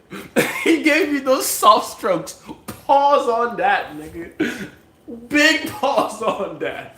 But which is true. But big pause on that. But yeah, they wanted so bad for me to be like, oh, I'm so sorry. Like, nah, that's what y'all bitch ass niggas get. Next time, just help your boy out. I know y'all don't like me, but damn. It really taught me a lot. I loved high school so much. That's why I didn't even care when, I decided I didn't need college. I learned so much from high school that college was unnecessary to me because I knew it was going to be a repetition. High school is really why I began to pay attention to social dynamics. That day was what taught me people don't care about the truth. They care about who they like. They don't care about the truth. They don't care about authenticity. They don't care about honesty. None of that bullshit. If they don't like you, you're wrong, regardless. But here's the thing, though. They are so attached to who they like as opposed to what is right that they will self-fucking mutilate. If they just helped your boy out, they would be cool. Their asses wouldn't be red.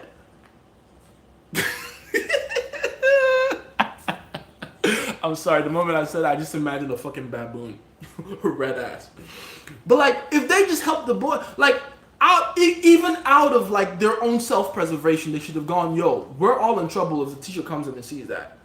But their stubborn asses, because they hated me so much, they decided, oh fuck it, we're gonna stay there and he's gonna get in trouble. They taught me a lot. It taught me a lot. So if you wonder why I'm the way I am and how I am and why I do the things I do, trust me. High school is where I learned all this bullshit from. I learned how people move, how people operate. I started learning from that point, even before learning what game was, even before understanding like how social dynamics work, right? Put the S in front of the wrong word there. But yeah, man, people have always been fascinating to me. And I can tell you like another billion stories just like that. There's a reason, again, they called me Moses because I had 7 plagues with me. It was the 7 plagues of Moses. I was Moses. I came with 7 plagues. It was a different thing every single time. And it all came down to my actions or inactions. And they all hated me for it. Niggas try to fight me. Niggas try to jump me. All kinds of things. And honestly, I was always the pacifist. I was the Mr. fucking Avatar nigga. The Aang, Legend of Last Airbender. I was the Mr. I don't want to fight you. There was this kid, Carl. What plague was that one? I'm trying to remember what the plague was. It was something about an assignment we were all supposed to do. And apparently I was supposed to remind the teacher, and I forgot. And then the teacher, again, decided, for whatever reason, that entire week, all these teachers made the same decision over and over again. We're going to punish the whole class because of the actions of one. So it really was my fault, for real, that one. But it wasn't a big enough deal for all of us to get punished. I didn't even understand that one. But this kid, Carl, that I was in class with, he was the quiet kid, off to the side. And he was so angry with what happened that after we all got our punishment, he came to class and he decided he wanted to fight me. And he swung at me. He was a terrible fighter. I could have killed him. But he swung at me like a bunch of times. I ended up dodging all of them. I had him in a master lock for a little bit. And I remember just saying, I'm not going to fight you. I'm not going to fight you. Mind you, while he's doing this, everyone's gathered around us and be like, yeah, Carl, kick his ass. Yeah, Carl, kick his ass. I have received so much hate, bro. Like, bruh, I was that nigga back then, bro. I swear to God. So when you see me beat the way I am, understand. I just know people, man. I understand people. I've seen the other side of people too many times. I've experienced it too many times to not know what I'm talking about. You feel me? It's fun for me. Like, bro, you've never seen some shit like that. It was like an angry mob. Even like the most quiet, most elegant girls in class. Yeah, Carl, get him. the fucking rage of an angry mob, right? But here's the thing. Here's the lesson. None of them touched me. None of them had the balls to. Only Carl was emotional enough to, and he did a terrible job. He did not even scratch me. Again, I had this nigga in the master lock for a whole minute. He was trying to struggle. He never got out. When I did let him out, he tried to swing again. I dodged. He almost fucking hit his head in the window. It's fucking hilarious. But yeah, that's how people are. Yeah, those are my jump stories. I got a bunch more if you guys want to hear. Oh god, life is good. Let's see. It also sounds like you have a vetting problem. You don't know how to vet the people in your life. The people around are a reflection of you, and you think of them as jokers. Talking to what's his name, FR though, FR though 8. I don't even know how you say that, but yeah, vetting problem is what he meant to say. By the way, not vetting. If you have people in your life that you consider to be lower quality than you, yes, you definitely have a vetting problem. Absolutely. You know, that's just how I carry myself personally. Well, it's not working, so you got to change. You know, enough of that permanence talk. You can always tell who's stagnating in life by how permanent they think of themselves and their identity. It's just how I am. No, change it. Fucking change. You want to change your results? You want to stop suffering? Go. Start making adjustments. Quickly. Now. Should you date someone who has drastically different political views compared to you? Yeah. What's wrong with that? The entire point of dating and being with women is your ability to get them to see things from your point of view. Right? The point of being the man in the relationship is essentially getting her to see things from your point of view and begin to change and morph herself into you. I have turned many leftist women into conservatives. I've turned bitches from atheist to Christian. It's easy. It's a lot easier than you think. When a woman loves you, when a woman understands you, when a woman like genuinely sees the value in you, she'll also see the value in your thinking. Simple as that. Besides, it's women we're talking about. Their entire existence revolves around change and reactivity and morphing themselves to whatever suits their survival the best. Does that make sense? Never underestimate a woman's ability to change to be exactly what you need her to be. And then when she leaves, she'll revert right back. You feel me? And how it compares to not doing anything about it, like you said, letting God handle it instead of myself, is just not how I roll personally. Hey, that's why you still have the results you have. You should study Rasputin and make a video game on him. A game video on him, yeah. Very weird, interesting guy. I did study up on Rasputin a little bit. After, I think someone told me in a live, was it you? That I should go check out who Rasputin is. That motherfucker is interesting. That motherfucker is interesting. I don't even know how to explain him, except for that he's one of the greatest kingmakers I've ever heard about in history. For real. That guy really became like the voice of Russia. Hey, can you not chew my thing? Thank you. Became the fucking voice of Russia, the ruler of Russia, essentially, by using proxy power. That was impressive. That was very interesting. It was very cool. I haven't done as much research on him as I probably should, but from what I know about him, pretty impressive motherfucker. But like all these motherfuckers, they almost always fall for their own bullshit. Right? And that's his mistake. So, you know. Okay, let me go back to TikTok. Implying her admitting and James doing this. Liking whilst driving. What are we talking about? Liking whilst driving? That's just don't do that. That is fucking dangerous. So you're out here tapping and you have the you're in the UK, so you're right-handed and then you're doing this type shit. Fair enough. I believe with my pickup skills right now, I could have an effective career acting. Any advice on acting effectively, performance arts?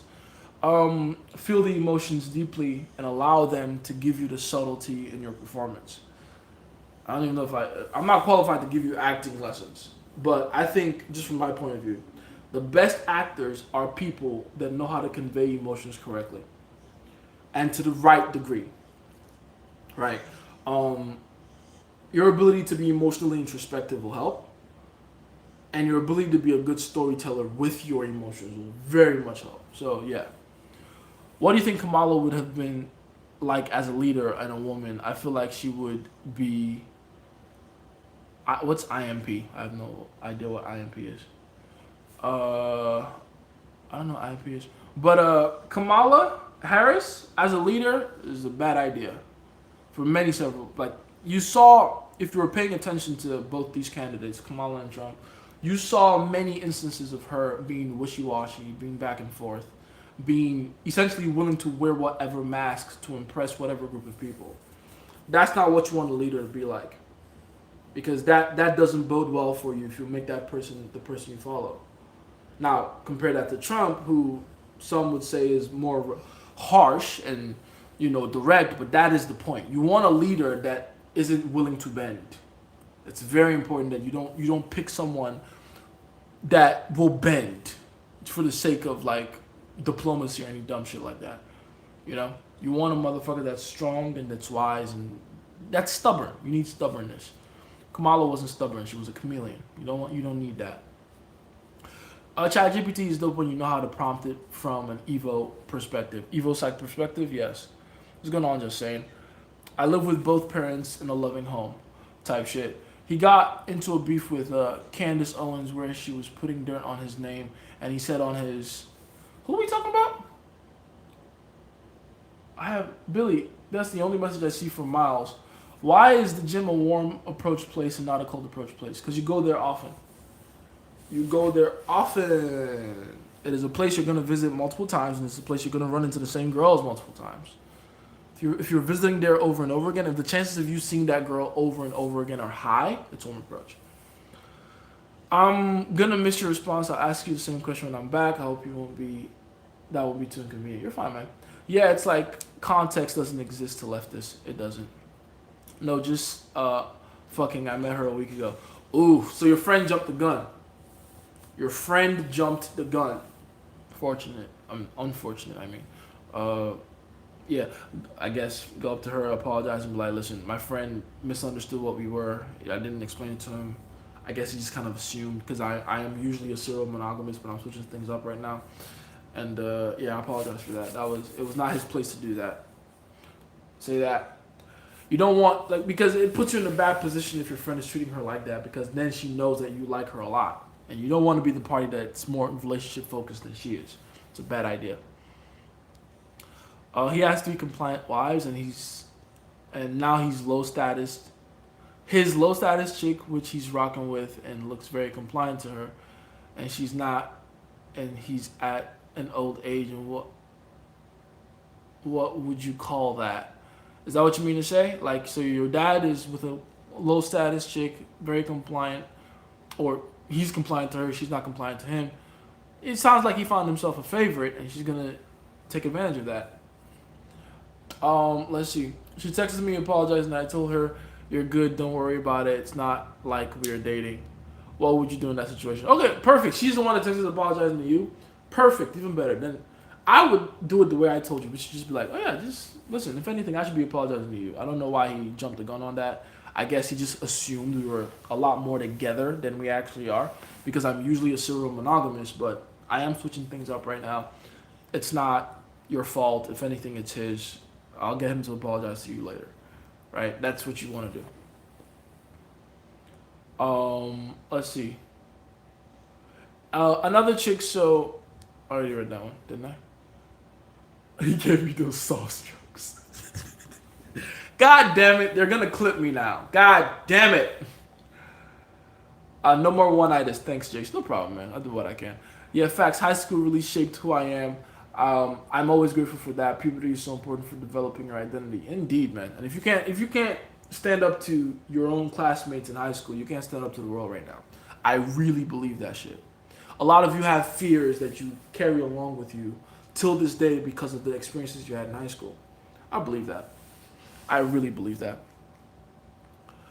I'll come back to tell you about it the next couple of months, how handling these problems myself instead of letting God do it grew me as a person. I can certainly say, at least for myself, I have a bounty on myself, and for whack reasons, it's a hypothetical truth anywhere. Huh? I I don't believe I know what. I don't. I don't know if I understood that. Forgive me. Maybe you did write that wrong. I'll write that right, but I'm just reading it wrong. But yeah. I'm not saying don't lean on God, but people don't understand what lean on God means. You know, most of the time. I hope you don't mean like just throw your hands off and do nothing. You know, faith without works is dead. So you do have to, make the effort for yourself. All God can do is give you the gifts, but you still got to use them. You feel me? Don't get lazy about it. Oh, let's see. Damn, TikTok won't even let me say his last name. His name. Sorry, not last name. I don't know why I read last name there. But whose name are we talking about? I said I disagree with a lot of Nick's takes, but he is very entertaining. Oh, Nick Fuentes. Oh yeah, he's an interesting character, man.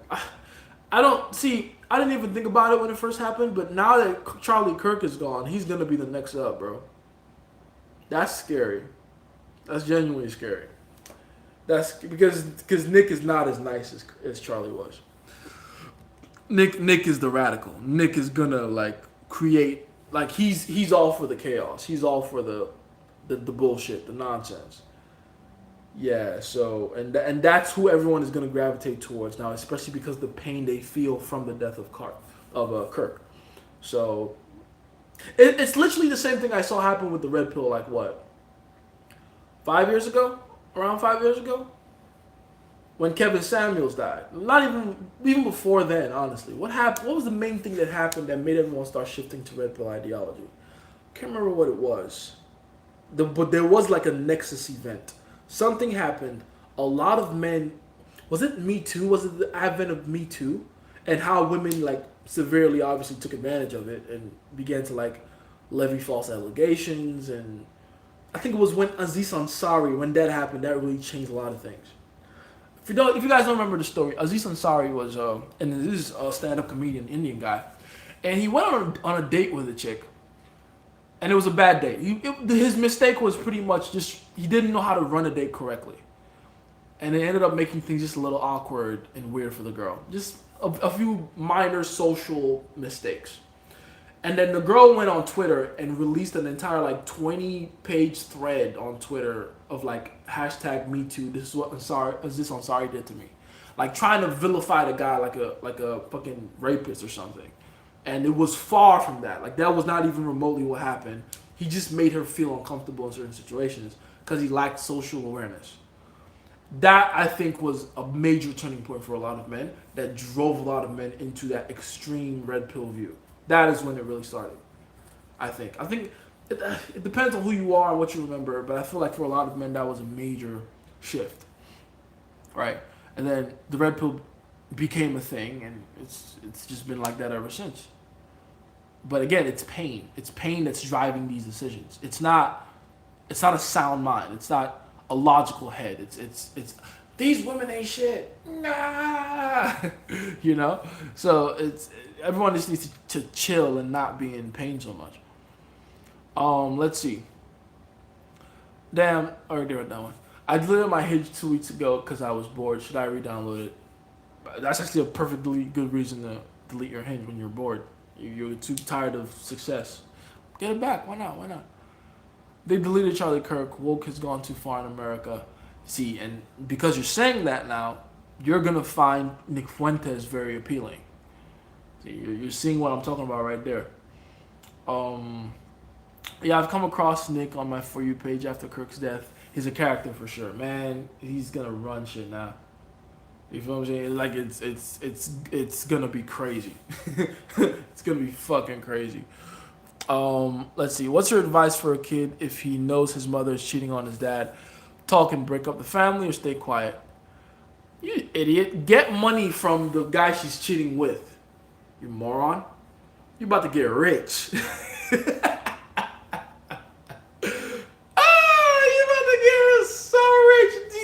See, I'm Nigerian, so all I see is opportunity. That's all I see. Cha-ching! That's all I heard. Cha-ching! What? Adults? Blackmail? Money? Get rich, my boy! Have a few screenshots and shit in place and like do some PI work and get some pictures. to have his the in an envelope somewhere. It just says blackmail. But yeah, man, get rich, get rich. Okay, let me answer it seriously. Sure, don't get rich. I'm lying. Get rich, man. Get rich. But if you don't want to go the get rich route, yeah, I mean, you can tell your dad and break up the family or whatever. But it won't do anything. Like your dad is still gonna be pathetic. You get that? Like your dad is getting cheated on right now because your mom is trying to find a better man. That's why it's happening. So if anything, you're gonna make your dad look worse when he finds out, and that he's gonna inevitably spaz out and behave like someone that deserves to get cheated on. Every man that gets cheated on usually behaves like someone that deserves to get cheated on. Overly emotional, overly irrational, very emotionally invested, all that good stuff. So if you want your dad to look even more pathetic, if you want your mom to lose even more respect for him, tell him. Unless you can warn him about it at first and be like, listen, don't freak out, chill the fuck out. This is how you want to behave yourself, this is how you want to conduct yourself, this is what you want to do. Then you might make it a little better. But for the most part, it's not going to end well if you tell anyone. I'm not saying you shouldn't, I'm just saying be prepared for that. Be prepared for what's about to happen. You feel me? Let's see. Give an example of the crazy shit your girl has to do for you before you know she's yours. It'll depend on you. It depends on you and her in the context of both of you. Like, what thing can she do that's difficult for her to do or that's hard for her to complete? If she's a terrible cook, get her to cook a 5-course meal for you. Right? I'm not saying do that exactly. I'm saying it depends. Right? Maybe she has major family attachments. Maybe get her to choose you over her family. Maybe a life decision that will go in a certain direction. Maybe it's time for you to get her to go in a different direction for you. Like, make her make a sacrifice. And it's going to depend on your own situation, but that's what you need to do. What is a sin? Transgression against the laws of God. Anytime you disobey the laws of God, you are sinning. Right? A good way to define it, honestly, is anytime you're living in dissonance with the laws of nature. That's another way to define it. Right? Every time you're not living in harmony with nature, you're sinning. Death, pain. Indeed, definitely pain. A lot of people are moving through pain in this world. How can electricity change Africa? It changes everything. Our access to electricity is the reason we don't have as amazing an infrastructure as we should. Right? Despite being the source of all infrastructure. All infrastructure is born from African resources. So we change our ability to continuously tap into said resources, we change Africa. Absolutely. It completely changes the landscape. What do you define as red pill ideology? It's the entire ideology that it's the ideology that has to do with. Oh, now you're doing it too. The ideology that has to do with everything regarding the interaction of man and woman on an evolutionary level. That's really what it comes down to at its core. It's why men and women behave the way they do towards each other from an evolutionary psychology point of view. That's really what red pill ideology is at its core. Like, that's what gives you the reason for why. Like, why do women do these things that seem malicious and horrible? Why do women try to trick men into raising other men's kids? Whether they do it unbeknownst to the man or with the man's consent. Why do they cheat? Why do they do underhanded things or tactics? Why do they suppress men in certain ways or kill confidence or expect these levels of compliance from men? All these things are all rooted in biological imperatives, survive and replicate, and her need to achieve those things using the man as her ultimate leverage and resource. Right? So, yeah, that's what red pill is all about, if it's used correctly anyway. Hey Jason, what do you think of white-centered black people? There are white-centered black people, but it's not as common as people think. Secondly, being able to... Do I even want to talk about this right now? It's a useless conversation. but we'll talk about it. Whites and black people. Let's really honest. Let's understand again. We're just talking about evolutionary psychology, right? Let's go back to evolutionary psychology. Why do you think that there are black people who make it their mission to try to police other black people's behavior to the point where they come up with terms like white-centered black people? Why do you think that exists? Because people understand on an unconscious level that they live in a hierarchical structure. And they know on an unconscious level that if they were to create rules that they force others to follow, then they can place themselves as the head of said hierarchical structures. That way it gives them influence over other people, status over other people, and leverage over other people. Right? That's where this idea of black-centered or white-centered black people come from. It's people trying to shame other people within what they believe to be their hierarchical structures for their proximity to whiteness, which makes no sense. We're literally living in America. We all have a proximity to quote-unquote whiteness, just like white people have a proximity to blackness, right? Regardless of how we like to think about it, it's a whole melting pot of cultures. We're all influencing each other all the fucking time, okay? Right? Balenciagas was not made by black people. Guess who rocks it the most? Guess who raps about it the most? Exactly. Would you call those people white-centered? Exactly. So it's all these. You got to see past all the distraction. It's not a real thing you can study or should care about. It's just another strategy people use to try to achieve their own selfish goals and agendas. That's it. That is it. It's the same thing with the word coon. It's the same thing with the word sellout. It's the same thing with the word bootlicker. All those things. It's a way to control your behavior. Okay. Dad needs to cut off mom before the full discard happens. That way he can leave the situation with pride. Oh, the guy that's getting cheated on? He's already getting cheated on. Ain't no pride there. Like, the only way to correct, if your pride is the priority here, if you really want to keep that intact, the only way to correct from that is to have her find out he's cheating too. That'll reset the whole thing instantly. Because then she'll find out, oh shit, I'm actually with a guy that can replace me. That'll make her shift her entire perspective on what was going on. Because right now she thinks of him as replaceable, which is why she's trying to. But when she finds out that she's just as replaceable, it'll completely shift the status quo. Does that make sense? Yeah. All right, let me go back to YouTube.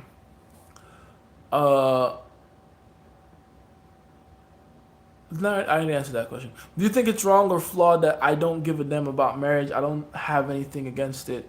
If the right woman or women come along, I'll get married. But if I don't, I'll just keep enjoying my time in my life with beautiful women. Yeah, pretty much. That's how I think about it too. Marriage is not a necessity. It is not the end all be all. And honestly, it is not an institution that people understand or take seriously enough. Right? People think more about the wedding than the actual marriage. And the people that think about marriage don't think about it correctly.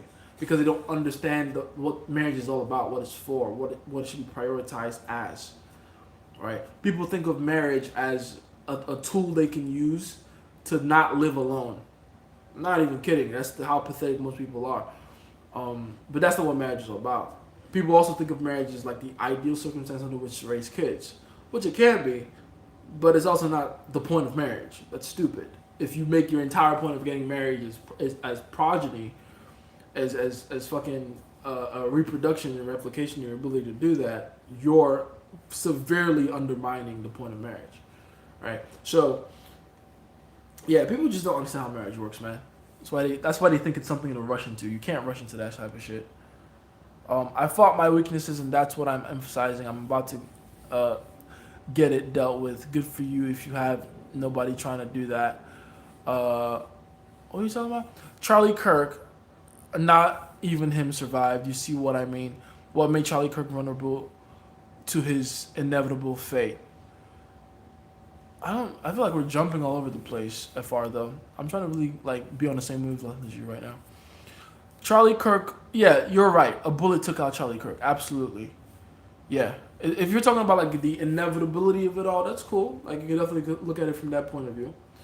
But to act like, oh yeah, no one he couldn't save himself or no one could save him. Cool. No one's arguing with that. The man is dead.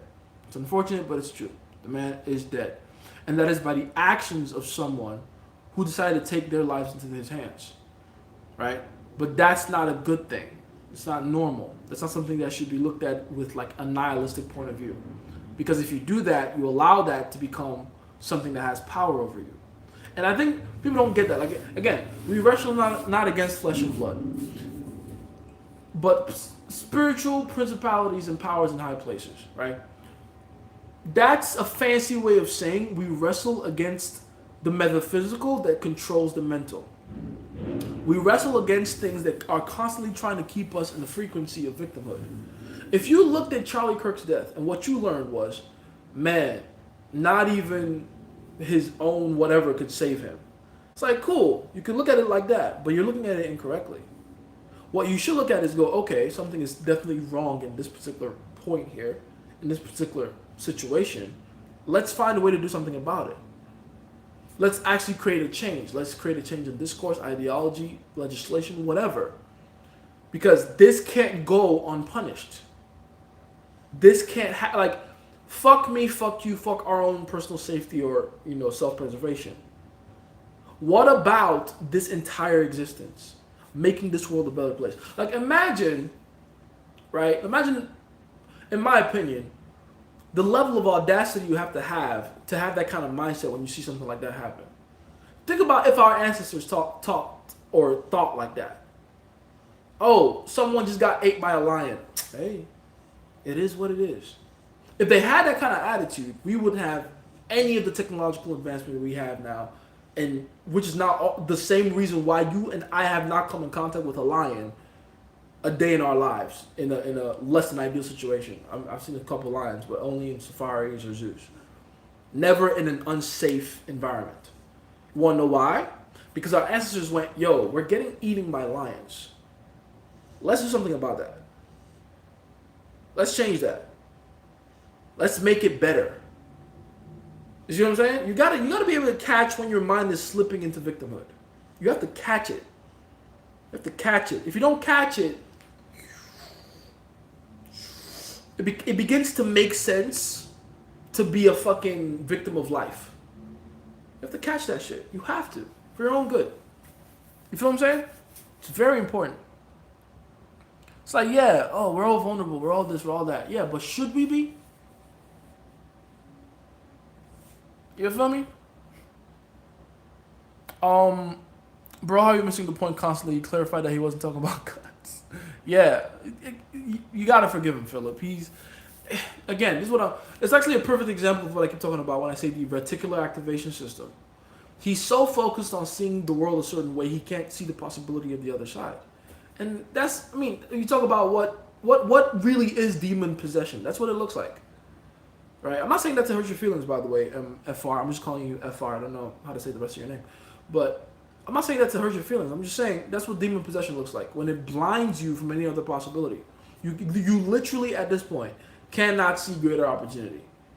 I completely and wholeheartedly suggest you go on a 7-day fast. Cleanse yourself. There is shit in there, in your body, in your mind, that you need to fucking get away from. Like, cut off the internet, cut off food for the next 7 days. At least 3. Right? Cleanse yourself. You're too much in a loser mentality. You're too much in victimhood. You feel me? Let's see. She called Kirk a fascist. I asked her who the president of Italy in 1945 was. She went quiet. That's funny. A validation seeker. How can I change that? How can you master your distractions? Huh? If you're a validation seeker, you have to do things to be devalidated. The way to stop being the guy that seeks validation is to begin to get in the habit of doing things that make the validation not come to you. In fact, to get devalidated. Because that's why you're a validation seeker, is because you're scared to be devalidated. You're scared of rejection. You're scared of not being accepted. So put yourself in a position to not be accepted and sit in that anxiety and realize from experience, you're not going to die. You'll be perfectly fine. All right? How do you master your distractions? the best way, like the actual way to master your distraction is overexposure mixed with intent, right? So that's not staying away from your distractions to the point where you never come in contact with them, which you probably should do at the beginning. But if you want to get to the level of mastery, it's being able to be in the presence of your distraction without allowing them to take 100% of your focus, right? Oh yeah, I don't care about marriage either, especially for males. Type shit. What's the point of marriage? I never understood it. Fair enough. Jim Qua, it made sense back then, but nowadays it's merely just a government contract to me. Yeah, type shit, really. That doesn't benefit you as a male, anyways. What do you think about dating a doctor or a nurse? It's like dating any other woman. The nurse is gonna be harder though, because they work long hours, right? I mean nurses too, I guess, but that's really what it comes down to. It's the same thing. Also, they're more likely, and this is why, they have a reputation.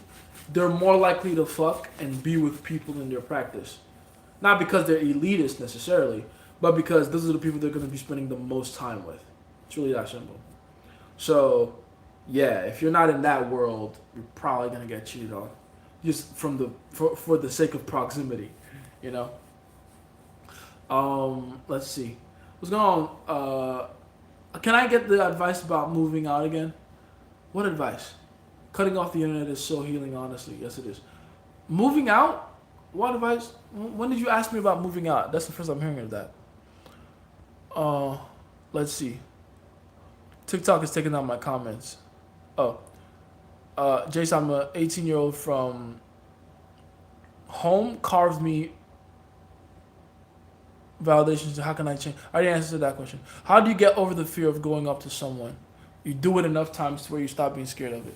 Now, I always say the reason people have fear of approaching anxiety or going up to people is because deep down they feel like they're about to ask for something. They're going to get rejected.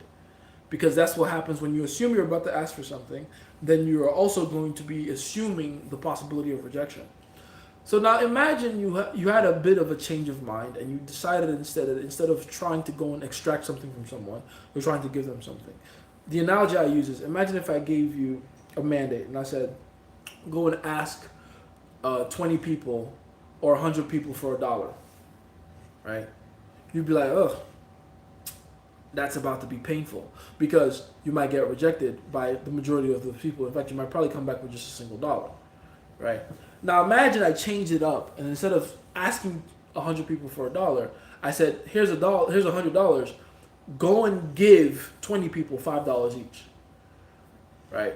All of a sudden, that changes the mindset. You're not going to ask for something, you're going to give something. It also changes, as a result, the mindset you have around the rejection of it. Because if someone rejects you when you're offering them a free $5, you don't feel stupid, you don't feel bad. If anything, you think they're lost. That's a free $5 they could use to get, I don't know, what, a fucking Big Mac or something? Whatever, right? So you only have the fear of walking up to people because you feel like a spinely little weasel that's trying to extract something. Change the mindset and realize that you're about to add value to them. You're about to change their day, brighten up their day, make them feel good, give them the opportunity to meet a motherfucker like you, which is special. And if you don't believe that's special, then what's the point of you even running a game? Right? You have to believe you have value to add. That's the major game changer. That'll change everything for you. Let's see. Hi Jace, I see the dreads are coming back. I'm not even doing it on purpose, man. I don't want them to come back, but it is what it is. When you're qualified to be a teacher, I read your entire book list. Is there anything else? You didn't read my entire book list. There's too many books on there for you to have read all of them. Read all of them again. I keep telling you, repetition is the law of deep and lasting impression. When I give you a book to read, I expect you to read the same book over and over and over again for the next 30 days. I don't want you to skim through anything. I saw someone, who asked me that question? Was it on a live here or was it one of my calls? I think it was one of my calls, actually. They were like, I have all these things that I bought to help me speed read. Speed reading. So I can get through more books. You're an idiot. Don't do it. Don't speed read shit. If you're speed reading, you're defeating the point of reading books, which is to comprehend the fucking information you're getting. so you can actually apply it, use it correctly, right? So, yeah, the idea isn't to read fast. The idea is to comprehend. Not even comprehend fast, just fucking comprehend. Okay? Please keep that in mind. Uh, her since her husband doesn't. Sorry for the late follow. What are we talking about? I did that. I asked if they need a man for the night. It hasn't worked yet. Actually, I heard I don't need. You don't need what? I don't know what we're talking about. Started approaching girls this week. Got 3 numbers. It's been absolutely therapeutic. It's helped me so much when I get on a sales call. I feel like there's no objection I can't handle. Very good. Very good. Well done. Now imagine how much more confident you feel when those numbers actually turn into not just dates but useful, meaningful relationships. Do you have any specific recommendations for hurting people in mass psychology? Hmm. Uh, Honestly, the best advice is always going to be practice, and social media is like a very low barrier to entry way to practice that, right? But if you want to learn formally, I'll definitely look into Tony Robbins. Literally, just copy everything he does. Look into Tony Robbins, or read something on neurolinguistic programming. That'll teach you how people absorb information. Will teach you how to give people the information to absorb. You know. What's your opinion on women who like a big manhood? Bitches got their preference. What's my opinion on men who like big titties? Preference. It is what it is. Uh, and all preferences come from where, by the way? In case you're new here, I always say the same thing. All preferences come from past experiences, right? They like what they like. Hell, you like what you like because you've had a past positive experience with it. That's it. That's really it. Your favorite food, past positive experience. Your favorite kind of girl, I like big titty goth girls, past experience. Because what is the difference between a big titty goth girl and a big titty other type of girl? They're both girls, dude. Whatever preference you have, whatever, thing you like. I'm not saying you shouldn't have these preferences, by the way. I'm not saying women shouldn't have these preferences. I'm saying understand where they come from, so you don't start feeling so disheartened by them, whether you have them or not. Right? So yeah, it's just past experiences, past positive experiences. Um, if you have to fight this dude, I'm gonna do it, but I'm not doing it from a martial arts POV. If I have to fight this dude, I'm gonna do it. What are we talking about? Are you fighting someone, or what are we talking about? And you're using someone who lost his life to gun violence, not hand-to-hand combat. That's what I'm trying to tell you. It's gun violence, my guy. Okay? If it was hand-to-hand, they wouldn't be able to pull off all their cheap stunts and drones. And a matter of fact, not a fact. It's not matter a fact. It's matter of fact. I've been living it regardless of what you think out of this comment section. But it just seems like you have so much pain, man. It's like all this. What are you trying to prove, bro? It's fine. We're brothers here. It's okay. We not the bitches. You don't gotta prove shit to us. It's okay. I get it. Like you're in pain. I get it. But we're not here to hurt you, man. We're not the enemy. We're here to help. Right? It's not us you gotta push the pain towards. It's okay. You're safe here. Alright? You're safe. See? Even she's like half asleep. She's safe here. See? Look at her. It's all good, baby. Like, gun violence, it's all unfortunate. We don't gotta go through all that dumb shit. It's not. Isn't that right, girl? She's so cute. I swear to God. Look at her. Oh, bless you. It's all good, man. Like, life is good. I promise you. There's another side you're refusing to see right now, but it's there. I promise. Why don't UFC fighters unionize? I don't necessarily believe in unionizing. I don't think it's the right way for them to move. To be in a union. I just think they should all if businesses want to raise their prices, they don't unionize against the customer. They just get into a secret meeting and go, okay, this is the price we're going to set this product or service at. And we're all going to agree that we're not going to be priced out like that. Does that make sense? The UFC can't even unionize even if they tried. Because the way the UFC is set up, it's really set up for foreign talent. people that are okay with making 10 and 10. 10,000 to show, 10,000 to fight, probably get another 50,000 bonus or something like that.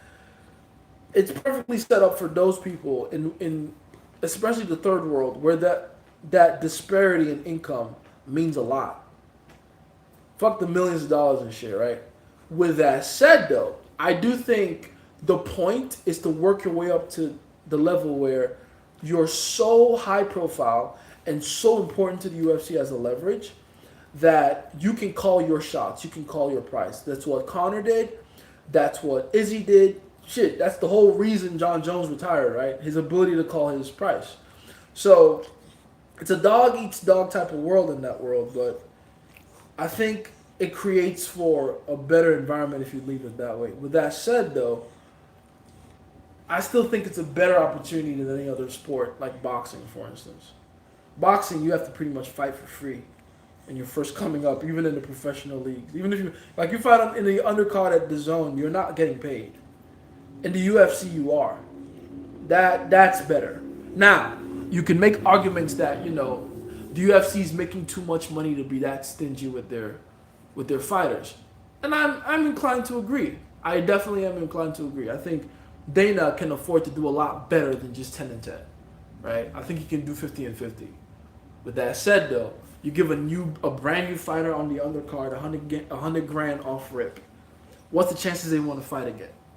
We're gonna lose a lot of talent doing it that way. Real talk. We are. Y'all ain't seen what happened with the NIL deals? I'm happy those football players are making money. I'm so happy they're making money off their form, their likeness, all that good stuff in university. But you gotta admit, the talent has been lackluster ever since. It has. It fucking has. You're not seeing monsters straight out of college like Patrick Mahomes anymore. You're not really seeing that like that these days. So there's a give and a take to all these things. Let's see. Oh, I gotta go back. I see a lot of football players who like the roles. The roles? What are we talking about? You once said music is like numbers. How can I get more explanation? I'm interested in music. Music is sound. Sound is waves. Waves is numbers. Boom. That's it. Music is sound. Sound is waves. From a point of view of physics, right? And waves is just coding. That's it. It's that simple. And so is light too, which is why colors all have their numerical codes as well. How can I master the game without a master or teacher and in 6 to 7 years? If you do it without a master or teacher, you'll be shooting more for 20 years, my friend. That's how it works. That's how it works. You think I got this good as quickly as I did without any teachers? Like, come on. Don't kid yourself. If you're going to go that long without having any outside help, maybe you're just trying to like watch YouTube videos or something like that, you'll definitely get, the technology is a lot better than it used to be. So you'll get additional amount of ways, but you're not going to do it in 6 or 7 years. No, you're not. I'm sorry. It's going to take a little longer than that. You feel me? Let's see the dog, man. Yeah, doggy. This is Willow. Willow, say hi. She's almost a year old. She has matching bling, bedazzled Cuban links. And she's very cute. She's very adorable. And she likes to lick and she likes to bite. Yes. And she likes to fuck around with Zorro, too. He was over there on the other couch. But, yeah, she's adorable. Look at her. She's a biter. She bites my beard, too. I don't know what that's about. I don't know why she likes. I think it's the coconut oil in my beard. But, yeah, she's very cute. She's a cutie. She's a kitty. She's adorable. And to think that I've only had her now for, like, how long? About a week and a half now, maybe? Something like that? Yeah. About a week and a half, right, guys? For those of you that were there on the live when I found her. And yes, I went TikTok live when I found her. Because I needed a witness to see what the fuck was going on here. It was a very crazy day. Let's see. Let's see the dog Ira doing. His dog got more bling than me. I'm sick. All my dogs got bling on them. Y'all seen Zorro. Zorro's Cuban is even bigger than hers. That's a funny thing. Let's see. Jace, do you work full time? I work on this full time. Yes, absolutely. Arch Manning might be washed and it hurts. Arch Manning he's washed. I wouldn't use the term washed, but he's not as good as, which makes sense. Like his performance so far makes sense to me. Like I don't expect him to be any better than that at his level. It's just that he has the Manning name to keep up with, to live up to, and people have all these ridiculous expectations on him. But he's supposed to be like, he's just about as good as he should be at the stage he is in his college career. I don't want to see him in the NFL for another 3 years. He needs to progress. He needs to develop quickly. And he's a Manning, so it'll happen in 3 years. But if he wasn't a Manning, give him another fucking 7 years before he comes to the league. The fuck? With his level of assery right now, which again makes sense, yeah, it doesn't make sense for him to be any better than that. You know? Who do you think will surpass John Jones right now? Tom Aspinall. There's really no... Like, Tom Aspinall is having that kind of career. There's no one else that's, like, on that type of level in that weight division. You know? That's the guy. That's the next baddest man on the planet. Unless Cyril Gahn can put something together, which I highly doubt he can. I'm a beginner in game, and I try for intermediate. How do I get better? I feel stuck. And I try for intermediate. I don't know what that means. How did you get better? I feel stuck. Okay, what are you getting stuck with? What is the situation? What is your plateau? Tell me about that. Who did Mystery learn from? He learned from a guy, but this is, I don't even know. You know, he learned from Eben. Eben learned. It's a whole tree. I forget where it ends at, but it didn't even start with pickup. It started with, like, this is all the way back in the 60s, with a man that was studying mass psychology, human behavior psychology en masse. And then he began to specialize in conducting some experiments with regards to, like, you know, how men behave versus how women behave, and noticing the differences in those. And then that guy taught someone else, and then that guy taught, like, the first wave of, like, dating coaches. That's your Eben Pagans, that's your Jeff Rosses, using NLP and stuff like that. And then that generation taught Mystery's generation. That's Mystery, that's Matador, that's all those guys in that area, like during the first wave of commercial pickup. And then those guys taught the next generation of pickup, which is like all the guys in RSD, Todd, Julian, Owen, Arash, who else? So a bunch. I mean, it's a little too many names to go into that, but that was the next generation after that, and then that generation taught the next generation. That's where I come in. That's where Max Turno comes in, Viking Lifestyle, Madison Monroe, all those guys. You know, so there's quite a family tree, but it doesn't start with pure pickup. It starts with mass psychology, then it evolved into evolutionary psychology, and then it just kind of goes down from there. In fact, you kind of see where, like, there's break-offs. Because from Mystery to Owen Cook and them, to, like, Owen Cook, Julian, all those guys, guess who else was in that generation? Rollo Tomasi. Rollo Tomasi was there. Roosh V was there. All those guys. And then they created the Red Pill. And then that creates their own timeline. And then that's when you have Donovan Sharp. Then you have Kevin Samuels. Then you have Fresh and Fit. Right? What's his name? AMS. Alpha Male Strategies. It's a whole tree. And it spreads. And I have it all in my head to some degree. But, yeah. That's how it works. You feel me? It's a whole thing. Let's see. Dogs over cats, honestly. As you should be. Cat owners equals cat slaves. Exactly. I've been saying that for years. Why would you own a fucking cat if you don't fucking... If you love yourself as a human being, the last thing you should do is want an animal that you have to continue to prove yourself to. That's what cat owners are. Cat owners are people who like being in the friend zone. I'm convinced of it. You like cats? You like suffering. You like emotionally longing for something that you can never possess. You fucking weirdo. Yeah, that's what I believe. I get numbers going first dates, but not seconds. I don't know why. You're not anywhere close to intermediate then. That's not intermediate. That's not an intermediate plateau. at all. That's a beginner plateau. You're past beginner when you can go through the entire process multiple times with a fair bit of success. You don't have to have consistent success. Consistent success is at intermediate, but beginner is you can take a girl from complete stranger to fucking her, and or complete stranger to girlfriend. Beginner, all beginners should be able to do that. Complete stranger, girlfriend. Complete stranger, girlfriend. At least once or twice. Intermediate is you have a system in place that can make that happen multiple times.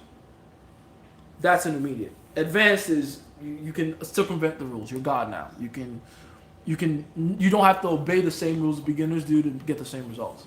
You know what I mean? I'm curious. Can you say the interview is the blueprint of game from front to back end and all game? No, the interview only focuses on the front end. If you get higher tiers of the interview, then you get some back end stuff as well. But the interview itself, the interview course itself is only front end. How to actually conduct yourself front end correctly. Let's see. All the other courses, yes. Then you can start going into other courses that I have that focus on back end stuff, like principles of relationships, pillar principles, like hypnotica, erotica, stuff like that. But the interview is purely front end. Who's the best QB, NIL, and NFL in your opinion currently and all time? My all time is Montana. I'm gonna have to say Brady. I'm sorry.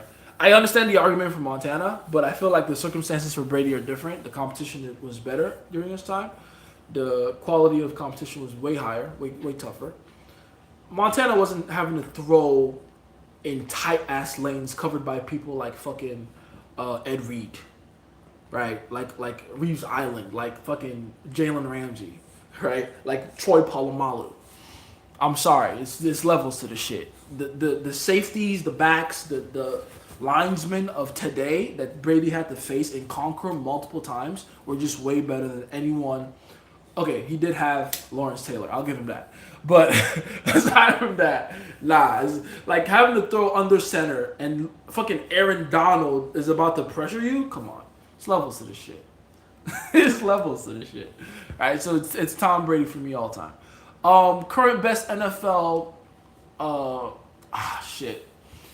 I'm probably still gonna go with Patrick Mahomes right now in the NFL. NIL, shit. I'm gonna be honest with you. NIL wise, I don't see anyone that's like stuck out to me. I'm gonna be honest with you. Again, I'm not. Cam Ward is now in the NFL, so it would have been him if he was still playing college. But this next generation of QBs look like ass to me, bro. I'm sorry. They look like ass. They look like ass to me. No one is really sticking out to me. And even the guys that they're trying to sell to us, like, oh, this guy is next up. I'm like, No, he's not. They're ass. They're ass. I'm not too impressed with these motherfuckers, being completely honest. But yeah, Tom Brady's still the GOAT all time. Have you seen Game of Thrones? No. A couple episodes, that's about it. Jason taught you all this understanding of evolutionary science. I have studied a lot of material. And I've had mentors emphasize to me the need to study these things, so I have. Right, so it's a lot of studying it in books and then going to test it out in public to see how it actually works and how it plays out in real life. I said I'm a beginner, I don't want to go in intermediate. Oh, okay, I see what you mean. What does mastering the game look like? Honestly, it looks like freedom. Real mastery of anything looks like freedom. The ability to get away with doing whatever you want. All right, look at YouTube. What do you think about the advice of going direct for your 50 first approaches just to get rid of the fear of expressing your desire and then going indirect? It's actually a pretty good fucking idea. I don't mind that. It's a good thing. Right? It's good. The only issue I have with it is what it teaches you on an unconscious level. It will teach you to be very scared of going direct. So I won't be surprised if, again, I'm saying this from all these experiences I've had and from anecdotal evidence I've been able to gather myself. I've seen guys have similar exercises of like, I just want to learn how to get this thing out of my system.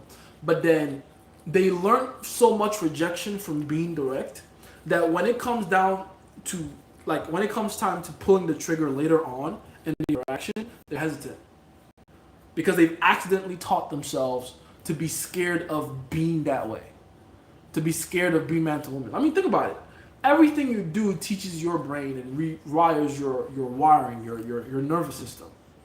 And you're constantly teaching your brain, don't go direct, this is what happens. Don't go direct, this is the bad thing that happens. Don't go direct, this is the bad thing that happens. Which, by the way, is inevitable, especially if you're starting out. If you're starting out, whether the direct approach is the right thing to use for that particular girl or not, you're going to fail because you're not used to it yet. And that's okay. But now you're training your brain to go, oh no, don't let women know you like them. Oh no, look what happens. Bad things happen. And then eventually, now you go indirect, you get to the point where you should now make things man to woman, like show your balls, put your balls on the table. And now you can't because there's an unconscious block there telling you, oh, don't forget what happened the last time you telegraphed interest. You see what I'm saying? So be careful with that. Be careful. Let's see. It was the funniest shit. Not gonna lie. What were we talking about? I think self-belief is the ultimate back end course. I think it's the ultimate front end course. If I'm being completely honest, because you need that first before you even start applying any of these other stuff, right? I mean, to be fair, self-belief is kind of separated into two portions, and one is front end, one is back end. So, yeah. Bought Hypnotica, but Hypnotica Erotica did refine my cardio skills. Yes, it did. And that's what it's for. Yes, it did. Tight shit. Congratulations to you. By the way, yes, I bought Immigrant Game. Was supposed to be Forbidden Fruit as a bonus. I never got it. Isn't it in there yet? I put it in there. Hold on. I put it there weeks ago, didn't I? Should have clicked in by now. Hold on. Give me a second. I will look into that, sir. That is my bad. But yeah, it should be in there by now. It definitely should be in there by now. Forbidden Fruit model. It should be one video where I go into how to take advantage of being the guy that she can't have. There we go. Oh, we'll see what the fuck's going on with this. And I'll get back to you on that, okay, Flavin? It's my bad, bro. Let's see. Shader was underrated. Who's Shader? Technical mastery or cardio like Marab. Choose one. That's funny. How can you get mentors? There's several ways. The easiest way is to pay for them. There's other ways like proximity. There's other ways like working for them for free and stuff like that. If you make a mentor's life easy, they will allow you to be within proximity of them and shadow you, and that's how you get the value. But you have to give value to get value, no matter how you slice it. You know, you have to give value to get value. Doesn't have to be money, but you do have to give value to get value. So you have any advice for first dates? I have plenty of advice for first dates, but what do you want to know about it though? It's like a lot that goes into the first date, running one successfully. Yeah, that's how I kind of felt with these new generation soccer players. There are exceptions though. Also, it's cool that Pickup has a whole tree. I'm interested in researching that. Oh yeah, for sure, man. Do that on your free time. Yes, same. I know a lot of guys that went the direct route who had that fear of being direct later with women. Exactly. I don't approach enough. When I do approach, I almost always get really good indicators of interest. Like girls are happy when I talk to them. They were hoping for it. Exactly. Go on, do more of that. I'm working on framing at the moment, and I may say reframing with women is hard. No, it's not. If you're having struggles with framing, it's because you're having troubles with using the correct frame. And you should always think about it like this. The correct frame is the frame that puts you as the authority over her. Simple as that. That's it. The correct frame is the frame that makes her the one chasing you. So everything you should say should be that of the person or indication of the person that is used to getting chased and that is being chased by the woman that he's talking to. Right? So everything revolves around that. If you go into an interaction thinking to yourself, she's chasing me, she's the one that wants me, every single thing you'll say in that interaction will kind of sort of hint to that. It could be something like, she goes, oh, buy me something. And instead of it being like, oh, I have to find a way to reframe this, you just think, okay, what would someone who's getting chased by women see this as? Like, since I know I'm getting chased by her, what does that mean that she's saying that? Oh, I see. She wants me to like her more, which is why she's trying to get me to do something for her. And then all of a sudden it becomes natural to go, oh, listen, I'll buy that for you, or I'll get something for you. But I gotta get to know you first. I'm not sold on you yet. I don't know you like that. See? Because you remember the frame. You remember the frame. Like, all I gotta do is remember that one frame. I am the person she has to chase. And boom, everything else will just fall in place, just like that. You feel me? Lol, what am I even doing? I bought Immigrant Game a month ago. I haven't gone through it yet. What the fuck? Bro? What the fuck, bro? What the fuck, bro? Too focused on self-belief 2.0? Ah, I feel you. Shader. Oh, Shador. Shador's a risk taker. I like his style of game for that. I think he's decently accurate too. His problem is his snappy decision making, or his lack of snappy decision making. He's like a Cam Ward, but not as decisive, if that makes sense. Cam Ward is Cam Ward because he can do quick shit in a calm way. Shador looks like the same. Like he's trying to be the same, but he's not the same. Shador is not the person that can do quick shit in a calm way. He's really a guy that can handle pressure, but only when it comes to physical pressure. It seems to me like his mental pressure game is not as strong, in my opinion. So he's decent, but he's not as good as a starting quarterback caliber. He's not quite there yet, you know? But there's times where I can't make their day because I don't go up. Go make their day, man. Go make their fucking day. Will Hypnotica Erotica be up again? Is it not up? It's probably not up right now. But yeah, it will be. It will be. I'll let you guys know when it is. Type shit. Type shop. What do you think about advice for? Alright, bro. Discussion breakdown. Jace, it's good to know hand-to-hand combat. Oh, you guys are still going to add it together. Don't worry about any of that. It's fine. I'm skipping all that. It's fine. I felt embarrassed because I feel as if I seem unprofessional or unreliable for ghosting the employer. It's been a week and they haven't heard from me, so I don't even know how to start a message. Just be like, listen, I'm sorry. I didn't mean to ghost you the way I did. I just had something happen that took up a lot of my time and energy, and it was frankly an emergency. But that's something I've been able to effectively handle now. You'll be having no trouble on that front from me again. Girl, you are shedding right like it's snowing up in this bitch right now, girl. What the fuck? But I'd like to revisit that opportunity if you still have me. And if for whatever reason it's not available right now, you have my phone number. Let me know in the future. That's how you want to handle it. You feel me? Sup, bro? I'm Sodi Femboy from Greece. What's Sodi? I know what femboy means. What's Sodi? S-O-T-I? I know what that means. Is it true that the moment you don't try to prove yourself to girls, you've already proven yourself to them? Interesting way of wording it. The moment you don't try to prove yourself to girls, you've already proven yourself to them? I mean, I guess in the way of speaking, if you stop trying to prove yourself to girls, then you open yourself up for the opportunity to have them prove themselves to you. That's how I would put it. So, yeah. You know what I'm saying? Hey, Jason, college talking to girls.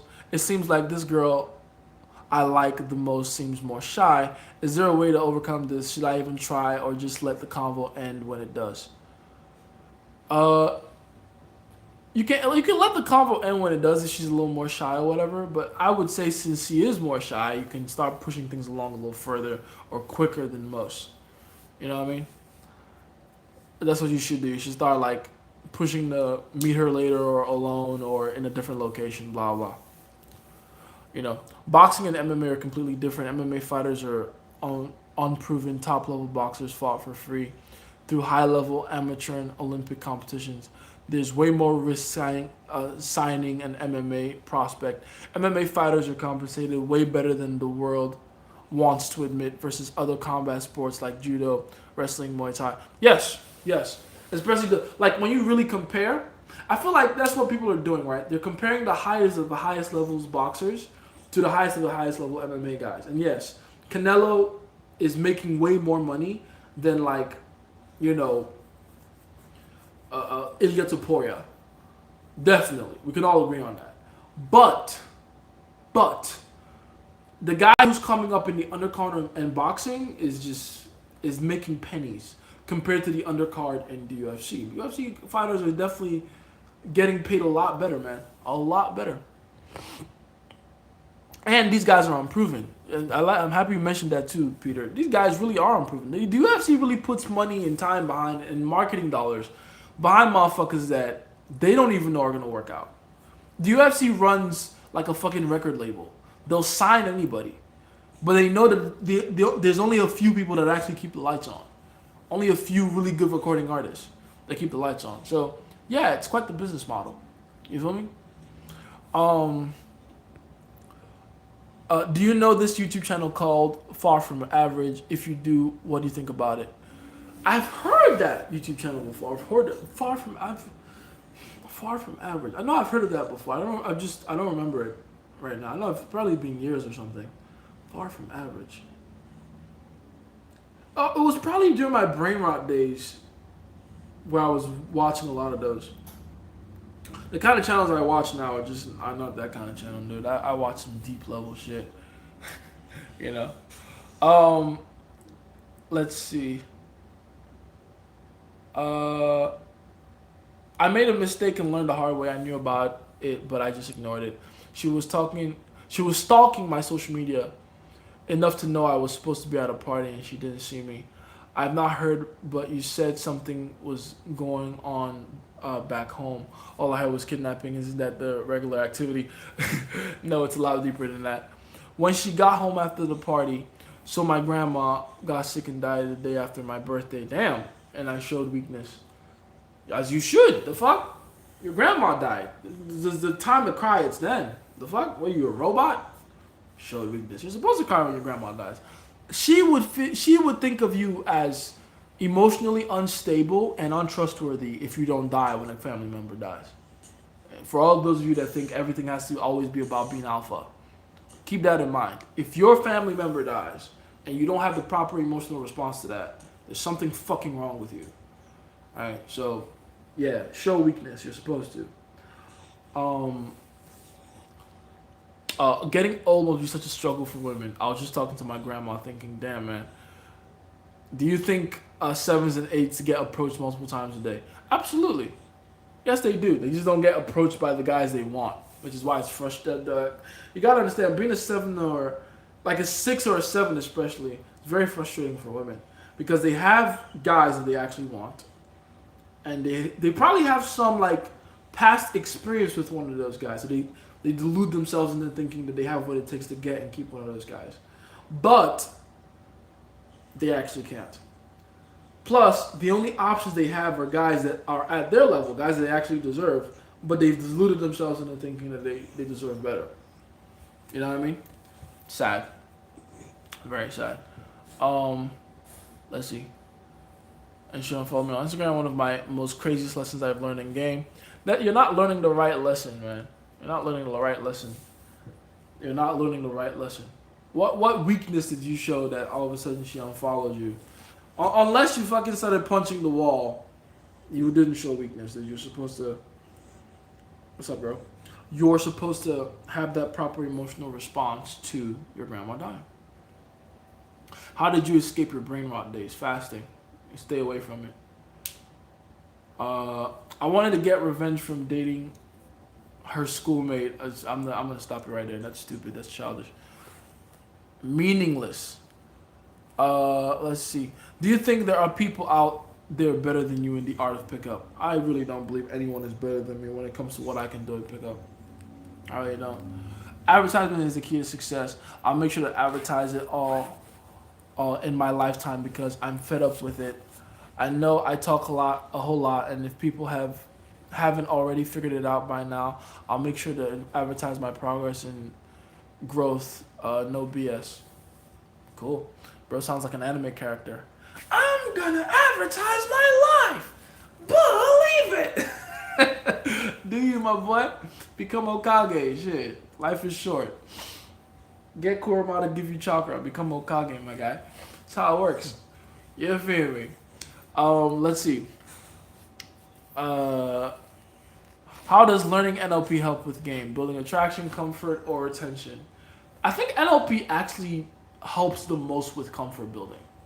The core principles of NLP is building rapport, right? So all those things about like um, learning how to read people's reaction to retrieving memory versus creating memory, learning how mirroring and matching works, learning how body language gives you a story about the person and how they're thinking about you during conversation.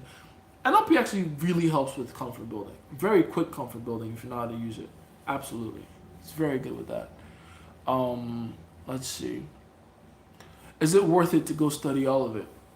Yeah, I think so. I think it helps in every other area of life, not just game. I think it helps it with communication in general. You feel me? I feel like the lesson was not to try to use uh, pettiness to get the girl back. Yeah, that is a good lesson to learn. You feel me? We're being neglected over here, man. Answer. Did you say overly rational men get cheated on? If yes, why? When did I say overly rational? I mean, it's not wrong though. I don't know if I said that in this live. Overly rational men get cheated on because they think of um, they're thinking a little too straight line, if that makes sense. They're thinking a little too linearly, right? And game just doesn't work that way. It's a fucking zigzag. That's why they get cheated on. They're trying to make sense of things that don't make sense to them because they're looking at it from an angle they shouldn't be looking at it from. Does that make sense? I think. Oh wait, my bad. Did I read that one? Oh yeah, I think I got the basics down really good, so I'm looking for more things to study. Oh, type shit. Or double down on the things you've already studied and get even better at the execution of those things. Begin to challenge yourself. Begin to set limits and results in ways that you have never done before. My next focus is improving my storytelling. The value per minute thing is very helpful. Yeah, indeed. Um, Storytelling is one of those things that's very fun to practice because you get to say the same stories over and over and over again and see how differently you say them with each passing time. Because there's a learning curve to telling stories or telling a story the right way. The first time you tell a story, it will probably be natural and it'll flow, and there's like a sincerity and honesty to that. When you start practicing the story, there's going to be a massive dip in how well you can tell it, right? Massive dip. It's going to feel forced. It's going to feel unnatural. It's going to feel weird. Then, on the other side, because you've refined the skill and you've understood what parts of the story matter the most from the reactions you get from people while you're telling it, you understand how to exaggerate certain parts of the story, not to the point of embellishing the story, but to the point of like making people feel a certain emotion as strongly as you want them to. And then also just all the different elements involved in creating an experience with people that people can go down through while you're telling the story. That all becomes better to get a hang of the more you get into that other upper limit of the curve. Now it becomes better, now it becomes more natural again. Now you're feeling like you're used to telling the story, and as a result, people are used to listening to it from you. You feel me? Let's see. I got told I look like a very generic white boy with my curls in the face. That is so funny. That is so funny. Um, let's see. Want to go around the world for a couple of years once I'm financially stable and practice this game while I'm at it. My Nigerian family has discouraged the shit out of me, but I want to know what you think. I think it's cool. I think you should definitely like. How old are you? If you're young, that's the thing to do. Man, come here. If you're young, that is the thing to do. That is the thing you should be doing. You should be going out of your way to like learn as many different skills as you can, garner as many experiences as you can, to be able to have those things under your belt. You know. I get to utter that one, bro. What the fuck? What happened? What did you say would be a good reason to learn law? Because you like it. because you actually enjoy law, because you like learning about law, because you like arguing and debating. Not arguing per se, but you like the idea of intellectual debates. If you're someone that likes intellectually debating, dude, being a lawyer must be like the best job ever because you get to do what you already like to do, but you get to get paid for it very well. All right, a good intellectual argument requires you to be able to see the same thing from multiple points of view and be able to defend your ideas against an adversary that'll try to resist you.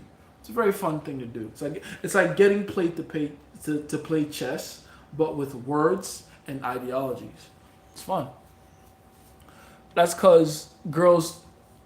That causes girls to be really surprised when I actually have a soul and an IQ over 10. That's funny. You think I should do anything about it? No, that's polarity right there. It's a perfect example right there of polarity. What do you think happens to me? I'm the same way, right? There we go. Bite your own foot. Ha ha ha ha.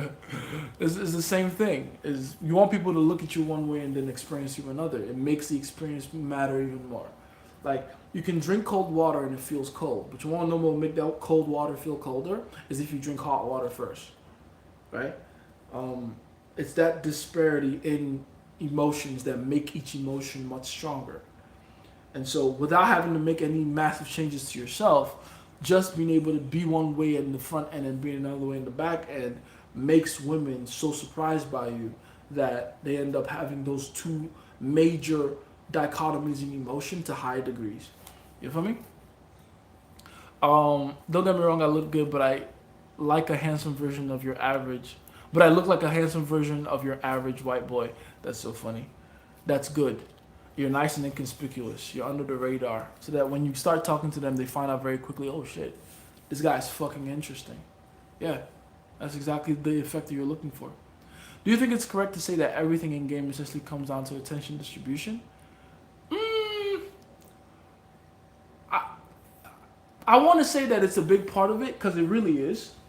But I don't want, if you start looking at game as solely your ability to distribute attention, it not only does it become severely boring for you, but then you begin to lose the essence of game. Game isn't all about the distribution of attention. No, it's about the distribution of tension, not attention, tension, right?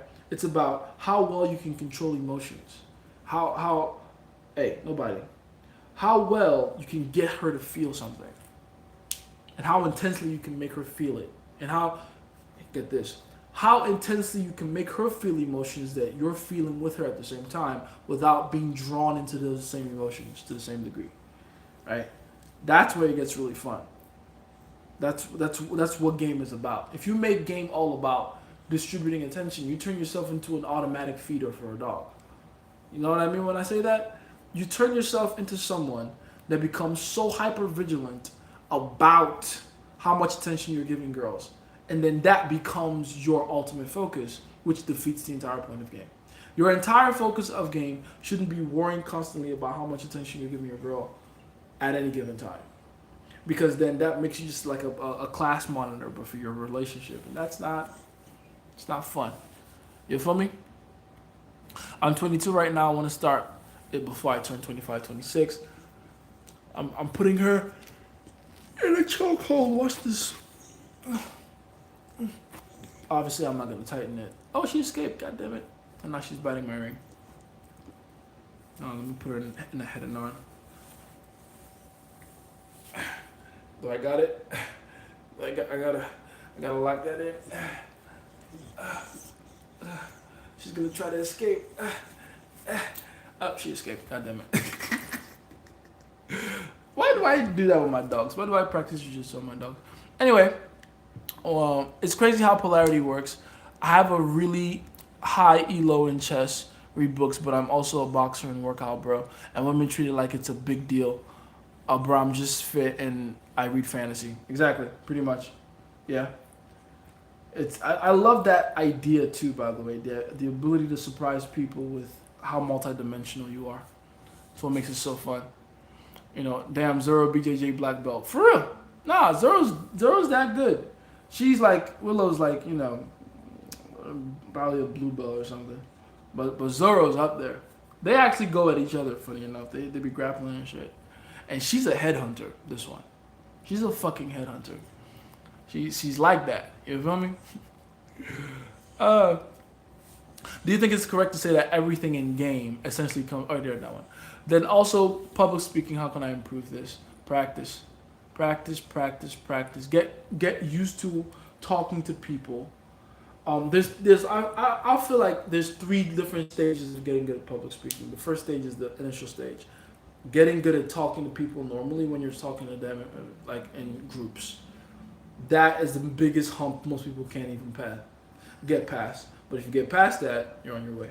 The second thing is being able to articulate your ideas, right? The third thing is getting people to be able to act on your ideas.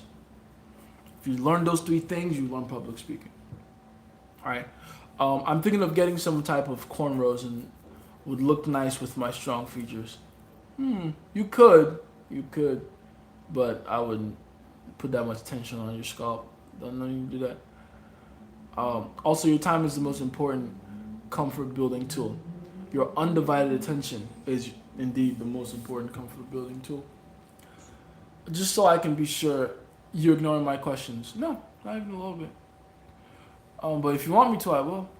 You want me to? What's James Bond's major advantage when it comes to game? Is it high risk taking ability or charm? Charm is high risk taking ability. To be charming, you must risk being offensive. Some people don't get about charm. Why charm works is because of how good you are, or how well you can tiptoe the line of being offensive and not being. That's why charm is charming, right? That's what makes charm charm. That's what makes it charm. Is that, oh, you're saying something less than ideal, but you're doing it in a charming way. Exactly. Because when your time is scarce, they automatically become tense around you. Absolutely. Very true. So, yeah, absolutely. If you're, you want to look at it from that point of view, like, if you just control the attention, you're controlling the tension as well. Sure, absolutely, you can do that. Especially in the beginning. But at some point, your time becomes their time. Not like to the point where they own it, but especially if you want to have a consequential relationship, undivided attention is that important. You know what I'm saying? So you still have to look at it from the point of view of like tension purely. Because time isn't the only way you can like control the different factors in the relationship. You feel me? Now I told you I wanted to study just for the money, and then you said something about learning how the social construct works. Oh yeah, that sounds like me for sure. I don't get it. What does that have to do with law? I like being under the radar. Me and my girl were talking about it. Being underestimated is so nice because I can either blow their minds and impressions of me or prove them right. Exactly.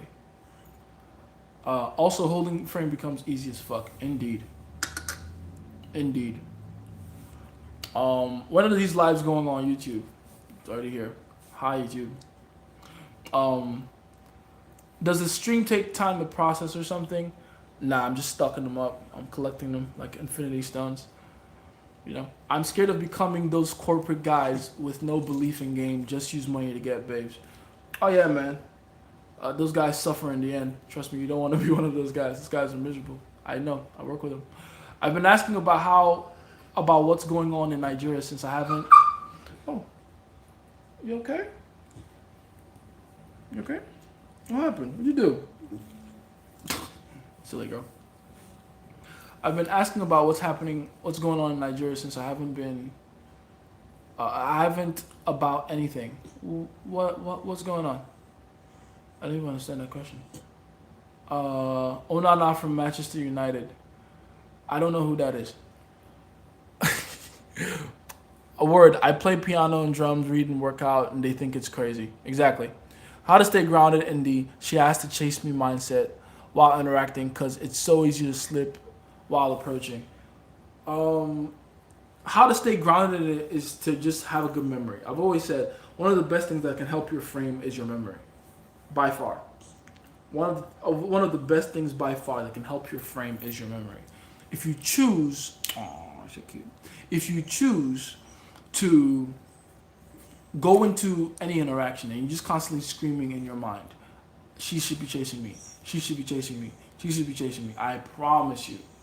everything that comes out of your mouth will revolve around that. You'll never slip. You just never will. Okay? I have a close family friend that has told me she's in love with me 7 times over the span of 15 years. I keep telling her I see her as a sister because I genuinely see her that way. But she just what? So what exactly is happening back home? In Nigeria? What about it? What is happening back home? There's a lot of things happening all over the world right now. There's a lot of things happening all over the world. Why are you so concerned with what's going on in, like, you're not even back home right now. Worry about the environment you can control. Don't worry about it. Don't worry about anything else. There's so many things going on. Trust me, you're getting distracted, my friend. Getting fucking distracted. We never got any content from your 30-day no cardio session fast. There is content coming for that, but I've been told to hold off on that. I don't know why. Like, I just be receiving signal on it, just reacting on it. Fuck it. But it's all there though. It's literally all there. I think your YouTube live is lagged way behind. Is it? That's fine. It'll all still be up. Whenever the Ultimate Tension Advanced course comes out, I'm buying it. Ultimate Tension Advanced course. I think your YouTube. Oh, you read that one. I just heard you talking about Bo Nickel for the second time there. Bo, are you sure? Hold on. On YouTube, you can scroll ahead if you want to. Maybe you've accidentally took the cursor backwards. That happens. That's why I do like YouTube lives though, because you can control part of the live you want to watch, right? On TikTok you don't have that option, but that might be it. That might be what's going on. So scroll back to the to the front, and yeah, go from there. Can you talk about sperm wars and game related stuff? TikTok doesn't like this word. What do you want to talk about in sperm wars? What exactly do you want to talk about in sperm wars? There's a lot of stuff to talk about in there. Let's see. My family is still there. My mom and lastborns. Okay, and you're here. What again? You're getting distracted and emotional and worried again. Stop being a little bitch. Your mom and your siblings can take care of themselves. You'll be fine. I got family back at home too. Stop being a little bitch. All right? Why do athletes do seed retention? Because they believe it helps them with their athletic performance. It doesn't, but they believe it does, so it will work. That's how placebos work, right? What does receiving signal feel like? Because I feel like I have before, but it's not consistent. You receive signals in many different ways. It's encoded in your environment. It can be through visions and dreams. It can be through friendly advice, YouTube video, fucking TikTok or YouTube live, right? Whenever you receive a specific answer or information or instruction from what appears to be a higher intelligent being, the method they use will differ, right? Now, for certain types of instructions, you might, only ever receive it through a certain method or a certain way. Like, for instance, last major signal I received was this morning. Not even in a dream. It was when I woke up and I had a certain word come into my head. And I know I've heard the word before, but I didn't know what it meant. The moment I Google searched, and that's the first thing I did today, grabbed my phone and Google searched what that word was. The moment I Google searched what the word meant, I knew exactly where it came from, that particular signal, and why I received it. Right? So, yeah, it's very unique how these things happen. I'm not in quite enough. What are we talking about? Not in quite enough what? Semen retention seems like the biggest scam. It is. Essentially, yes, it is. It is the biggest scam. What are good dreams and evil ones? How do you know which is which? There's no such thing as an evil dream, as far as I'm concerned. We get so superstitious, especially like certain places in the world, especially where I'm from in Africa. But that's just us giving the devil too much credit. That's us giving too much credence and power to the side of dark. The truth is, your subconscious is your subconscious, right?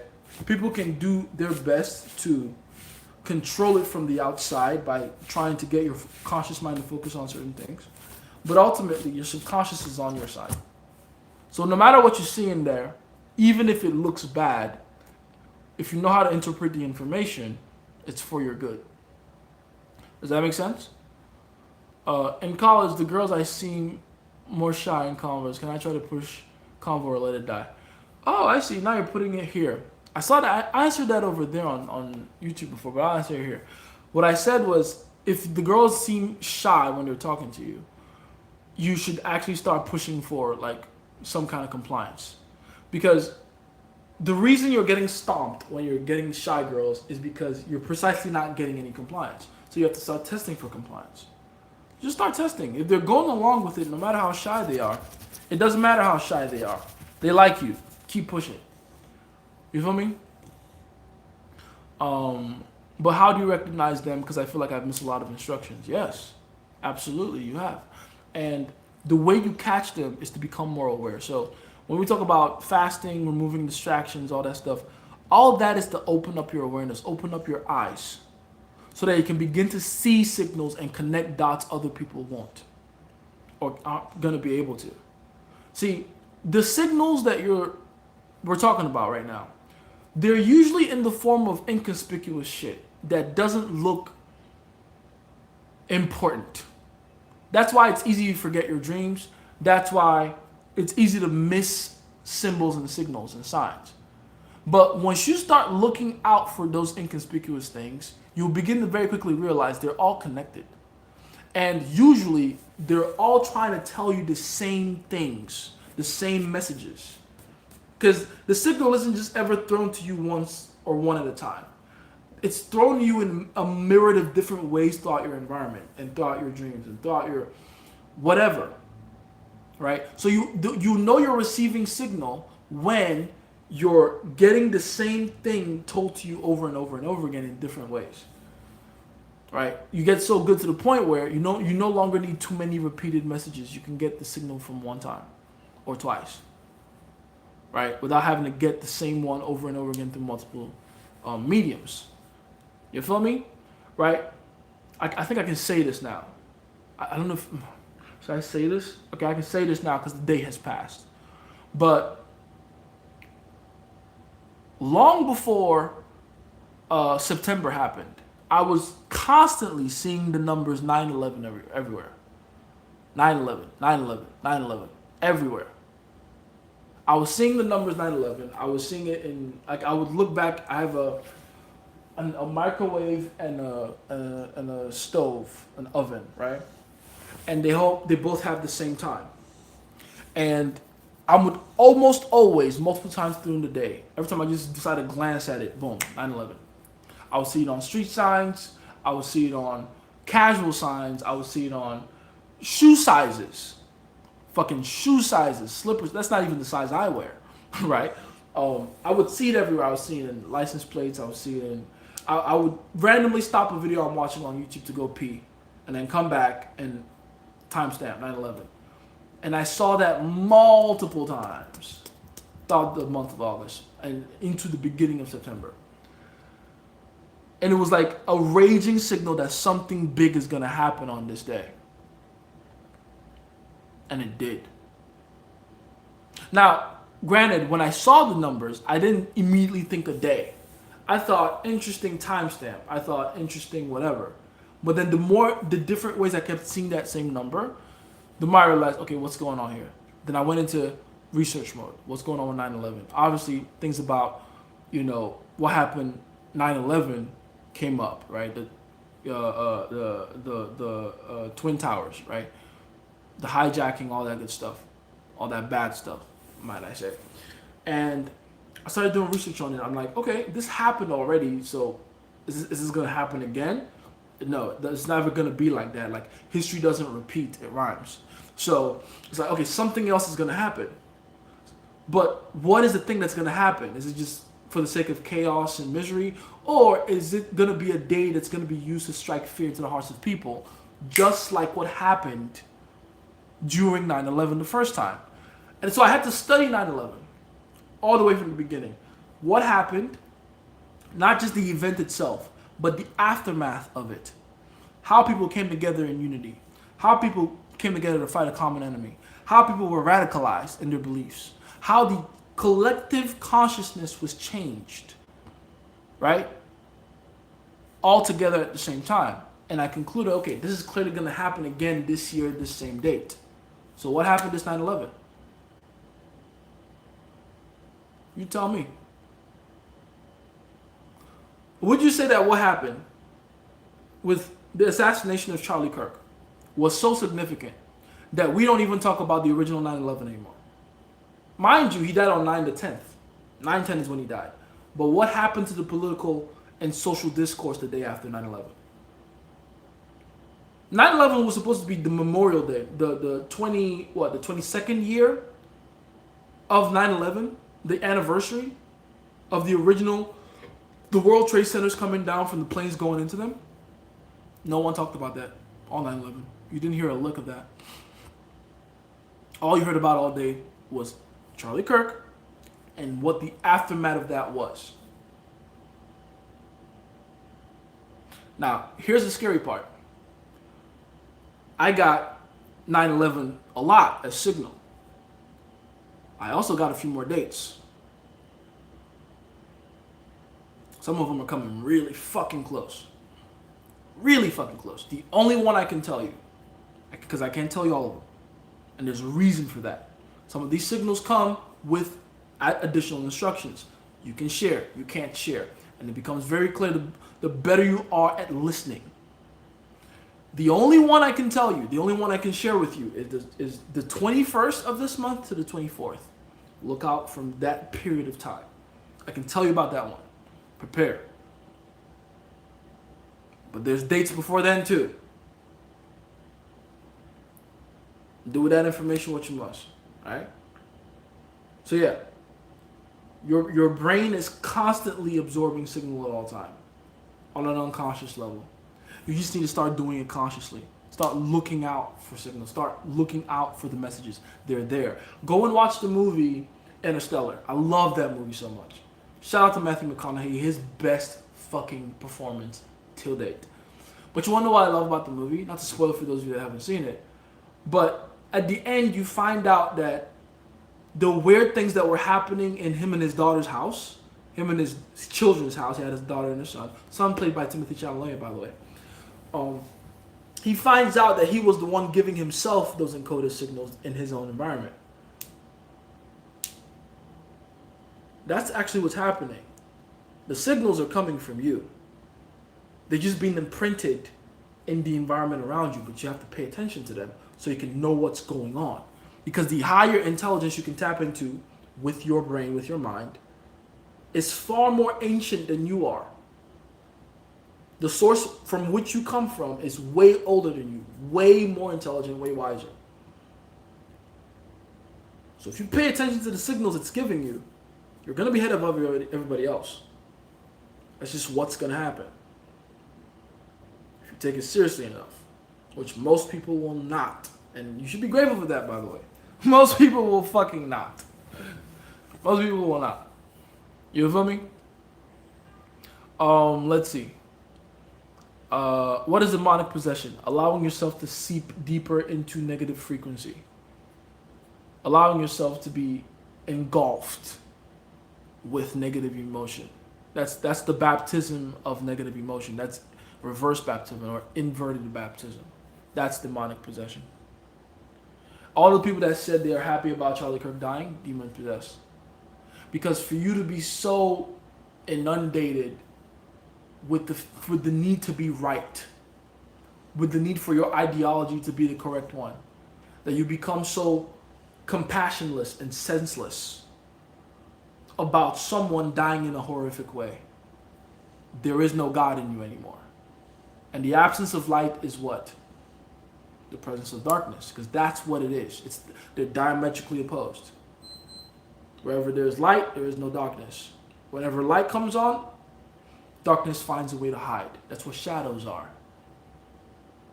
But whenever there is no light, all you have is darkness. All there is darkness until light is introduced. Read the Bible. It was nothing but darkness till God said, let there be light. Right? So, demon possession is essentially the lights are off. That's it.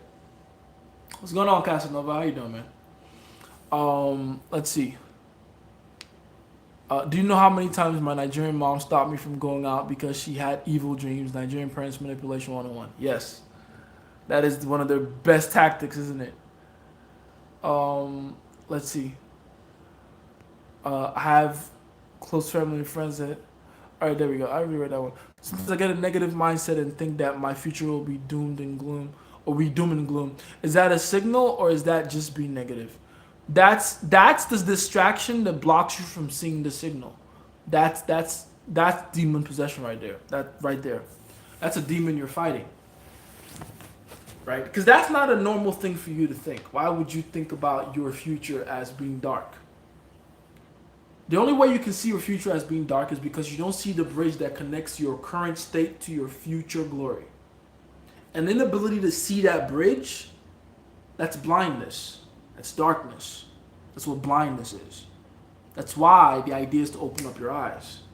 Remove the distractions so you can wipe the plaque out of the side of your fucking eyes. Because that's what they're designed to do. The excess food, that's what it's designed to do. The excess entertainment, that's what it's designed to do. An inability to keep to adding or producing value for a long period of time. That's what it's designed to do. Right? So, yeah, now you're seeing how it works like on a physical, practical level, I guess. Even though that kind of defeats the point of spirituality, but you get the point. I've been seeing 11:11 for some time everywhere for some reason for like a week. Oh, good, you're tapped in. If you're seeing 11:11, those are usually the first repeating numbers you see. That means you're getting in. I would suggest for you start living a fasted life right now. You're young. Eat once a day. Being dead ass. One meal a day. Keep that up for at least the next 10 days. One meal a day. And then begin to ask yourself to look out for those signals, and you begin to catch them. Now, the idea isn't to just see the numbers. See what the numbers are associated with. That's where the message is. Those places where I would see the number, right? I would usually see something close to it or associated with it that would point me in some direction. So, the place in that video where you accidentally pause and it's 11:11, that's a timestamp. Rewatch everything in that part of the video again. Because it stopped there for a reason. You see that sign across 11:11 for whatever reason? Look throughout that environment. Open your eyes. See what's going on there. You will catch something. Maybe it's people interacting. Maybe it's another sign. Maybe it's something. Look around. Open your fucking eyes. Okay? So, yes. You're getting in there. You're seeing the signal. Now it's time for you to start learning how to interpret it. I've recorded myself approaching women. Also, had a friend observing me when doing it. I felt very nervous, but my friends tell me I sound confident and smooth as fuck, even though my heart rate was high. Oh, that's cute. I see the doom and gloom less and less ever since I truly accepted Christ. See numbers everywhere. I started fasting this year out of literally nowhere.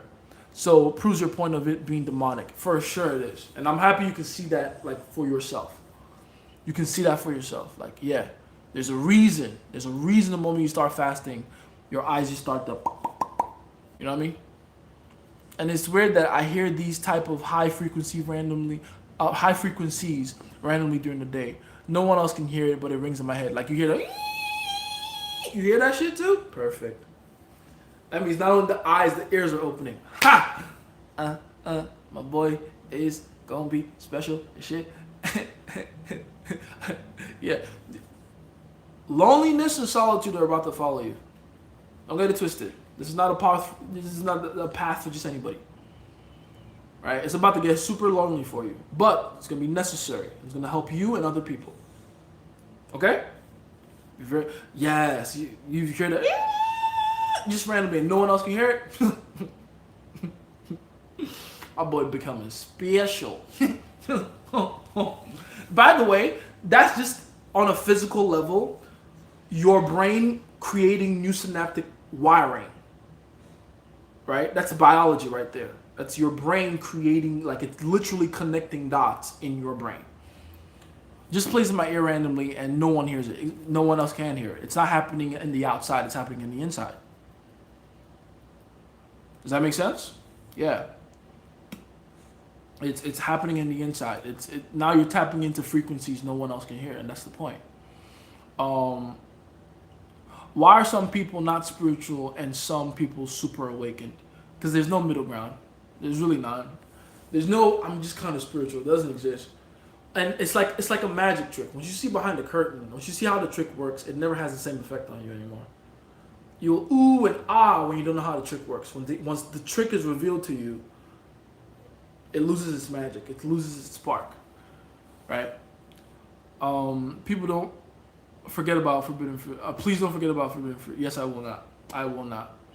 A girl I'm texting right now is into witchcraft. I'm ready to grapple every witch and demon though. That's so funny. They're only ever into it from a place of being influenced by it. You know, they don't know what they're doing. Forgive them. Is demonic possession evil or how does it work? Of course it's evil. It's you allowing yourself to be taken over by negative frequencies, you know? How to use the information to your advantage for getting girls and knowing their next move. You want to use Signal to get girls? Nah, it's not for that. It's never for that. It's not even something you control. That's the best part, right? It's not something you necessarily control in that way, and that's kind of the point. You're allowing intuition to lead you. You're not forcing things here. It's not going to work that way, you know. You said they already passed. We can talk about it. Why does it matter that it already passed? Can I even answer that question? uh, there's certain signal that are hidden on purpose, and I'll be honest with you. I don't necessarily know all the reasons for this myself, but from what I've been able to observe myself, you get signal for a few reasons, for quite a few reasons, right? 3 or 4 reasons. But in order for it to make sense, it needs no outside interference from anyone else. And so telling people what my personal signals are and what they mean or whatever can interfere with my own progress. It defeats the point because then I invite the observer effect to come in and ruin everything, right? You are always inevitably going to act slightly differently, and it takes a lot of practice to not act slightly differently when other people are observing you. It takes practice, but it can be done, right? So you're going to receive some signal that will tell you put it out there. Some signal don't, and from what I can see why. Right, I can see why. Now the 21st to the 24th one, I can let you guys know because that one is gonna affect everyone on a conscious level.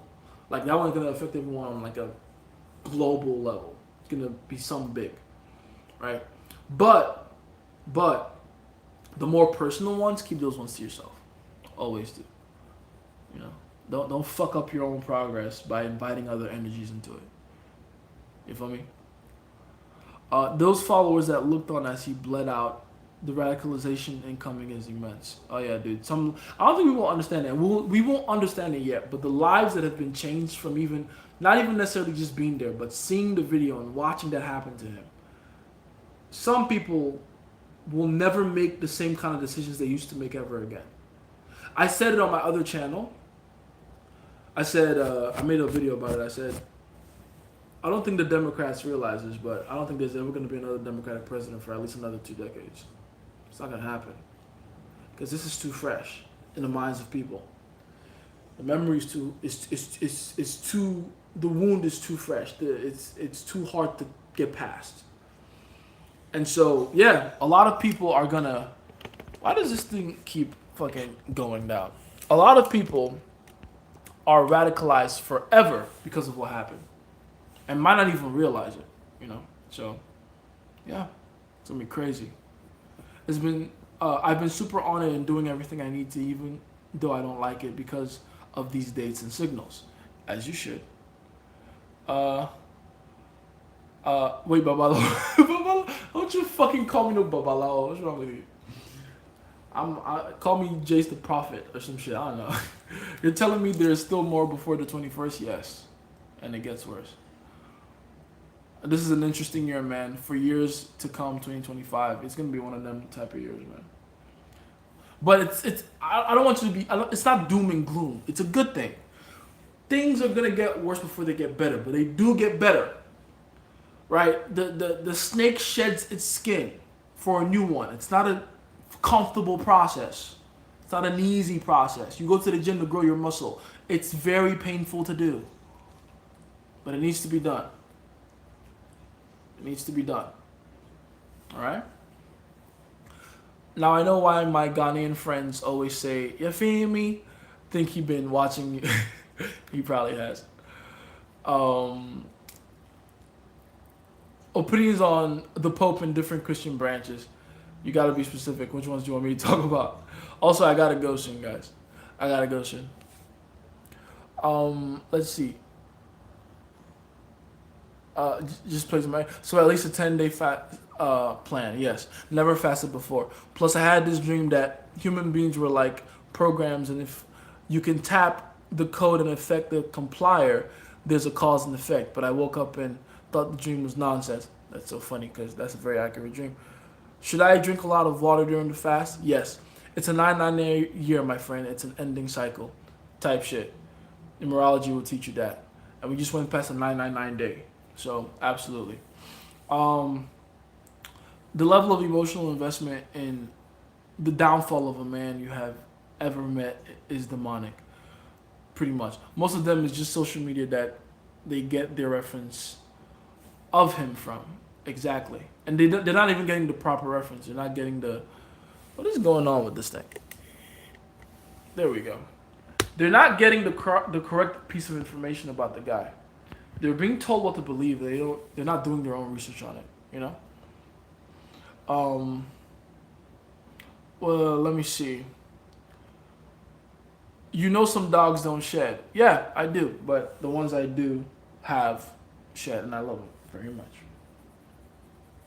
Love my doggies. I started watching more of his clips, and he was never racist or any of those big bad words. He was blunt and convicted, and had pride in what he believed. Uh, to have pride in such a person's downfall is the vicarious fantasy of the week. Exactly. What are the three things they're saying? They said he doesn't believe in empathy. No, he didn't say that. He said he believes in sympathy over empathy because sympathy is being used as a new age term to manipulate people, which is very true. Oh, he didn't believe that. Well, how do they say it? He doesn't like black people because he said that if he was on a plane and there was a black pilot, he wouldn't trust the pilot. Neither would I, because DEI. Because DEI requires people to meet quotas with hiring specific number of colored people, regardless of their level of competence. So if you have to hire someone to do a job without caring about their level of competence, just because you got to meet a fucking color quota, yeah, I'm gonna fucking not be able to trust if you have the ability to do the job. The fuck? That's a very, very valuable, very reasonable, very level-headed thing to say. What was the other thing that they said about him? What was the third thing? Oh yeah, the Palestine-Israel thing. Oh, he said that the people in Gaza deserved it. He never said such a thing. What he said was they started it first. They were the first ones to attack Israel. They don't get to play victim when Israel retaliates, which is very fucking true. All right? People keep forgetting that part. It's all about Palestine. Oh, Palestine, free Palestine. Palestine started this last conflict they got going on. They started it. They fucking sent parachutes into a fucking festival. Hamas. Where was it? Where did that happen again? I forget the name of the place that it happened in. But yeah, fucking Hamas started this shit. So they don't get to act like victims. Like, oh, we're getting attacked. Like, no shit, bro. Israel was chilling. Chill. They weren't doing shit. I'm not saying Israel necessarily has the best intentions for Palestine. They definitely want to take Palestine out. It's all genocide over there. But they wouldn't have had the excuse if Hamas just kept their fucking hands to themselves. They got greedy, as they always have. Goddamn. Ridiculous situation over there. Anyway. Yeah, those are the three things people say about Charlie Kirk that are not true, and I've cleared them up today. Yeah, exactly. I've been seeing 222 every day almost a year now, upon other numbers. And I always look for different ways to interpret it. Oh yeah, That earring is no joke. Yes. Isn't that crazy? Um, let's see. Should I drink a lot of water during the fast? Yes, you should. Indeed. And most of them are happy for Charlie Kirk's death because they see others that are happy for it and just follow. The worst kind of thank you. Those are the worst kind of idiots. The people who don't even believe or know what to believe, but they think they'll get some kind of social notoriety in their own groupthink by championing that idea. What a dumb group of people. You don't even feel that way, but you're saying it because you think that one girl on Snapchat will fuck you, will touch your little pee pee. That's fucking pathetic. It's pathetic. Because you saw her saying, "I'm glad Charlie Kirk is dead," and you're like, "Oh, "I want to impress her. I'm glad he's dead too." Like a fucking moron. You know, I didn't know that fasting came with spider sense. You should have led with that. That is so funny. I should have loved it. Fasting comes with spider sense. It does. The things you're describing are the things I used to notice when I was a kid. Ooh, if you lost that power when you were a kid, it's because you got like a lot of plaque in front of the pineal. You got to get rid of that. Fast! Get the fasting. Fasting! I thought it was just tinnitus. My ear is ringing 24/7 and it doesn't stop. Actually, it might be. If it's 24/7, it shouldn't be 24/7. It should be at weird times in the day. But it should go away. Let's see. Have you ever seen a shadow above someone's head? It's like a smoke coming out of their heads. Yes, I have. I can bag older women or moms, but not younger women or women at my age. Test me. I hit a mom last night. Hopefully not physically. You didn't hit her last night. I used to see that. That peace treaty looking prophetic type shit. What do you think about putting a blindfold on my girl during cardio? Hell yeah. And tie her up. The fuck? I can't wait to tell my grandchildren I was there when democracy was shook forever. Grandpa our Lord will go hard. Indeed. Oh yeah, on the 21st, there's gonna be a solar eclipse. More things are definitely finna come. Yes, indeed. There's a lunar one that happened on the 7th, and there's a solar one happening on the 21st. And that day and the 3 days after, it's gonna be crazy, nigga. It's gonna be crazy. So get ready.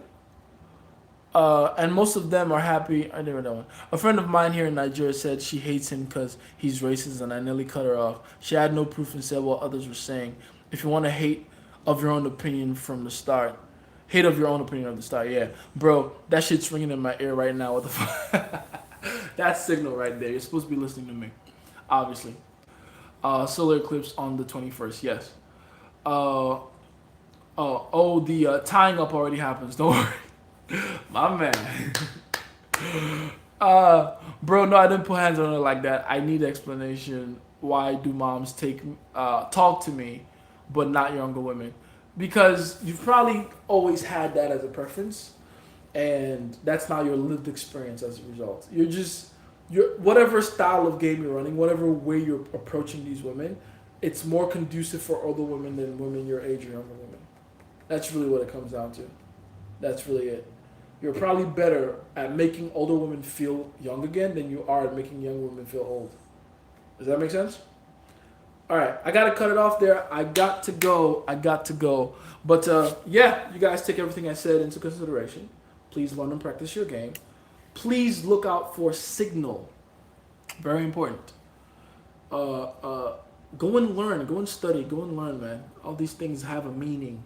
Begin to learn how to pay attention to these things. You know what I mean? I love you guys. I appreciate you guys. And, one more thing. I'll be back tomorrow, right? We're going to be doing a lot of, look, 3. Oh my God. I just saw the timestamp, 3. Oh my God. And then my eye just caught it. I haven't looked at the time the entire time. I've been looking at the number of people here and the likes, and boom, now I'm catching 3. That's crazy. Pay attention. I cannot stress this enough. Pay the fuck attention. All right, pay attention to everything. It all means something. And clearly, because I just saw that number, I'm going to now give the message I was supposed to give you with even more fucking conviction. because I know I'm supposed to. That's how Signal works. See? So get this. This is very important. Clearly. Make sure for the rest of this week especially, you pray. Pray. You are always to pray. And when I say pray, I'm not talking about just talk to God. I'm talking about make sure he talks back. Communicate back and forth. Receive and give. Speaking of give, please give. It's very important, especially during this time. You're allowing others to benefit from the value you offer. Go out and do something good for others. Not because I'm saying it, not because you're supposed to, not because I want you to be a good person or it somehow is going to help you avert some kind of evil. No. Do it from a real place of genuineness. When was the last time you went out of your way to do something good for someone else? I give you guys so much of my time on these lives, and you don't have to pay anything to do it. Right? Go and find your own unique way to add value and be of service to other people. It can be something small, right? Maybe a little money you want to give to someone, and really put thought into it. Don't just walk outside and give a homeless person money, although you should do that as well. But there's someone in your life that you know could really use your help in a unique or magnificent way that you've been holding off. Please, I'm begging you. Now is the time to do it for them. Give. Be in a giving nature. Be in a giving mode. Be in the position of giving. It's very fucking important. Okay? Give. Give. Alright. I love you guys. I appreciate you guys. It's from Jason Favorite Sciences. With all this information, what must be done?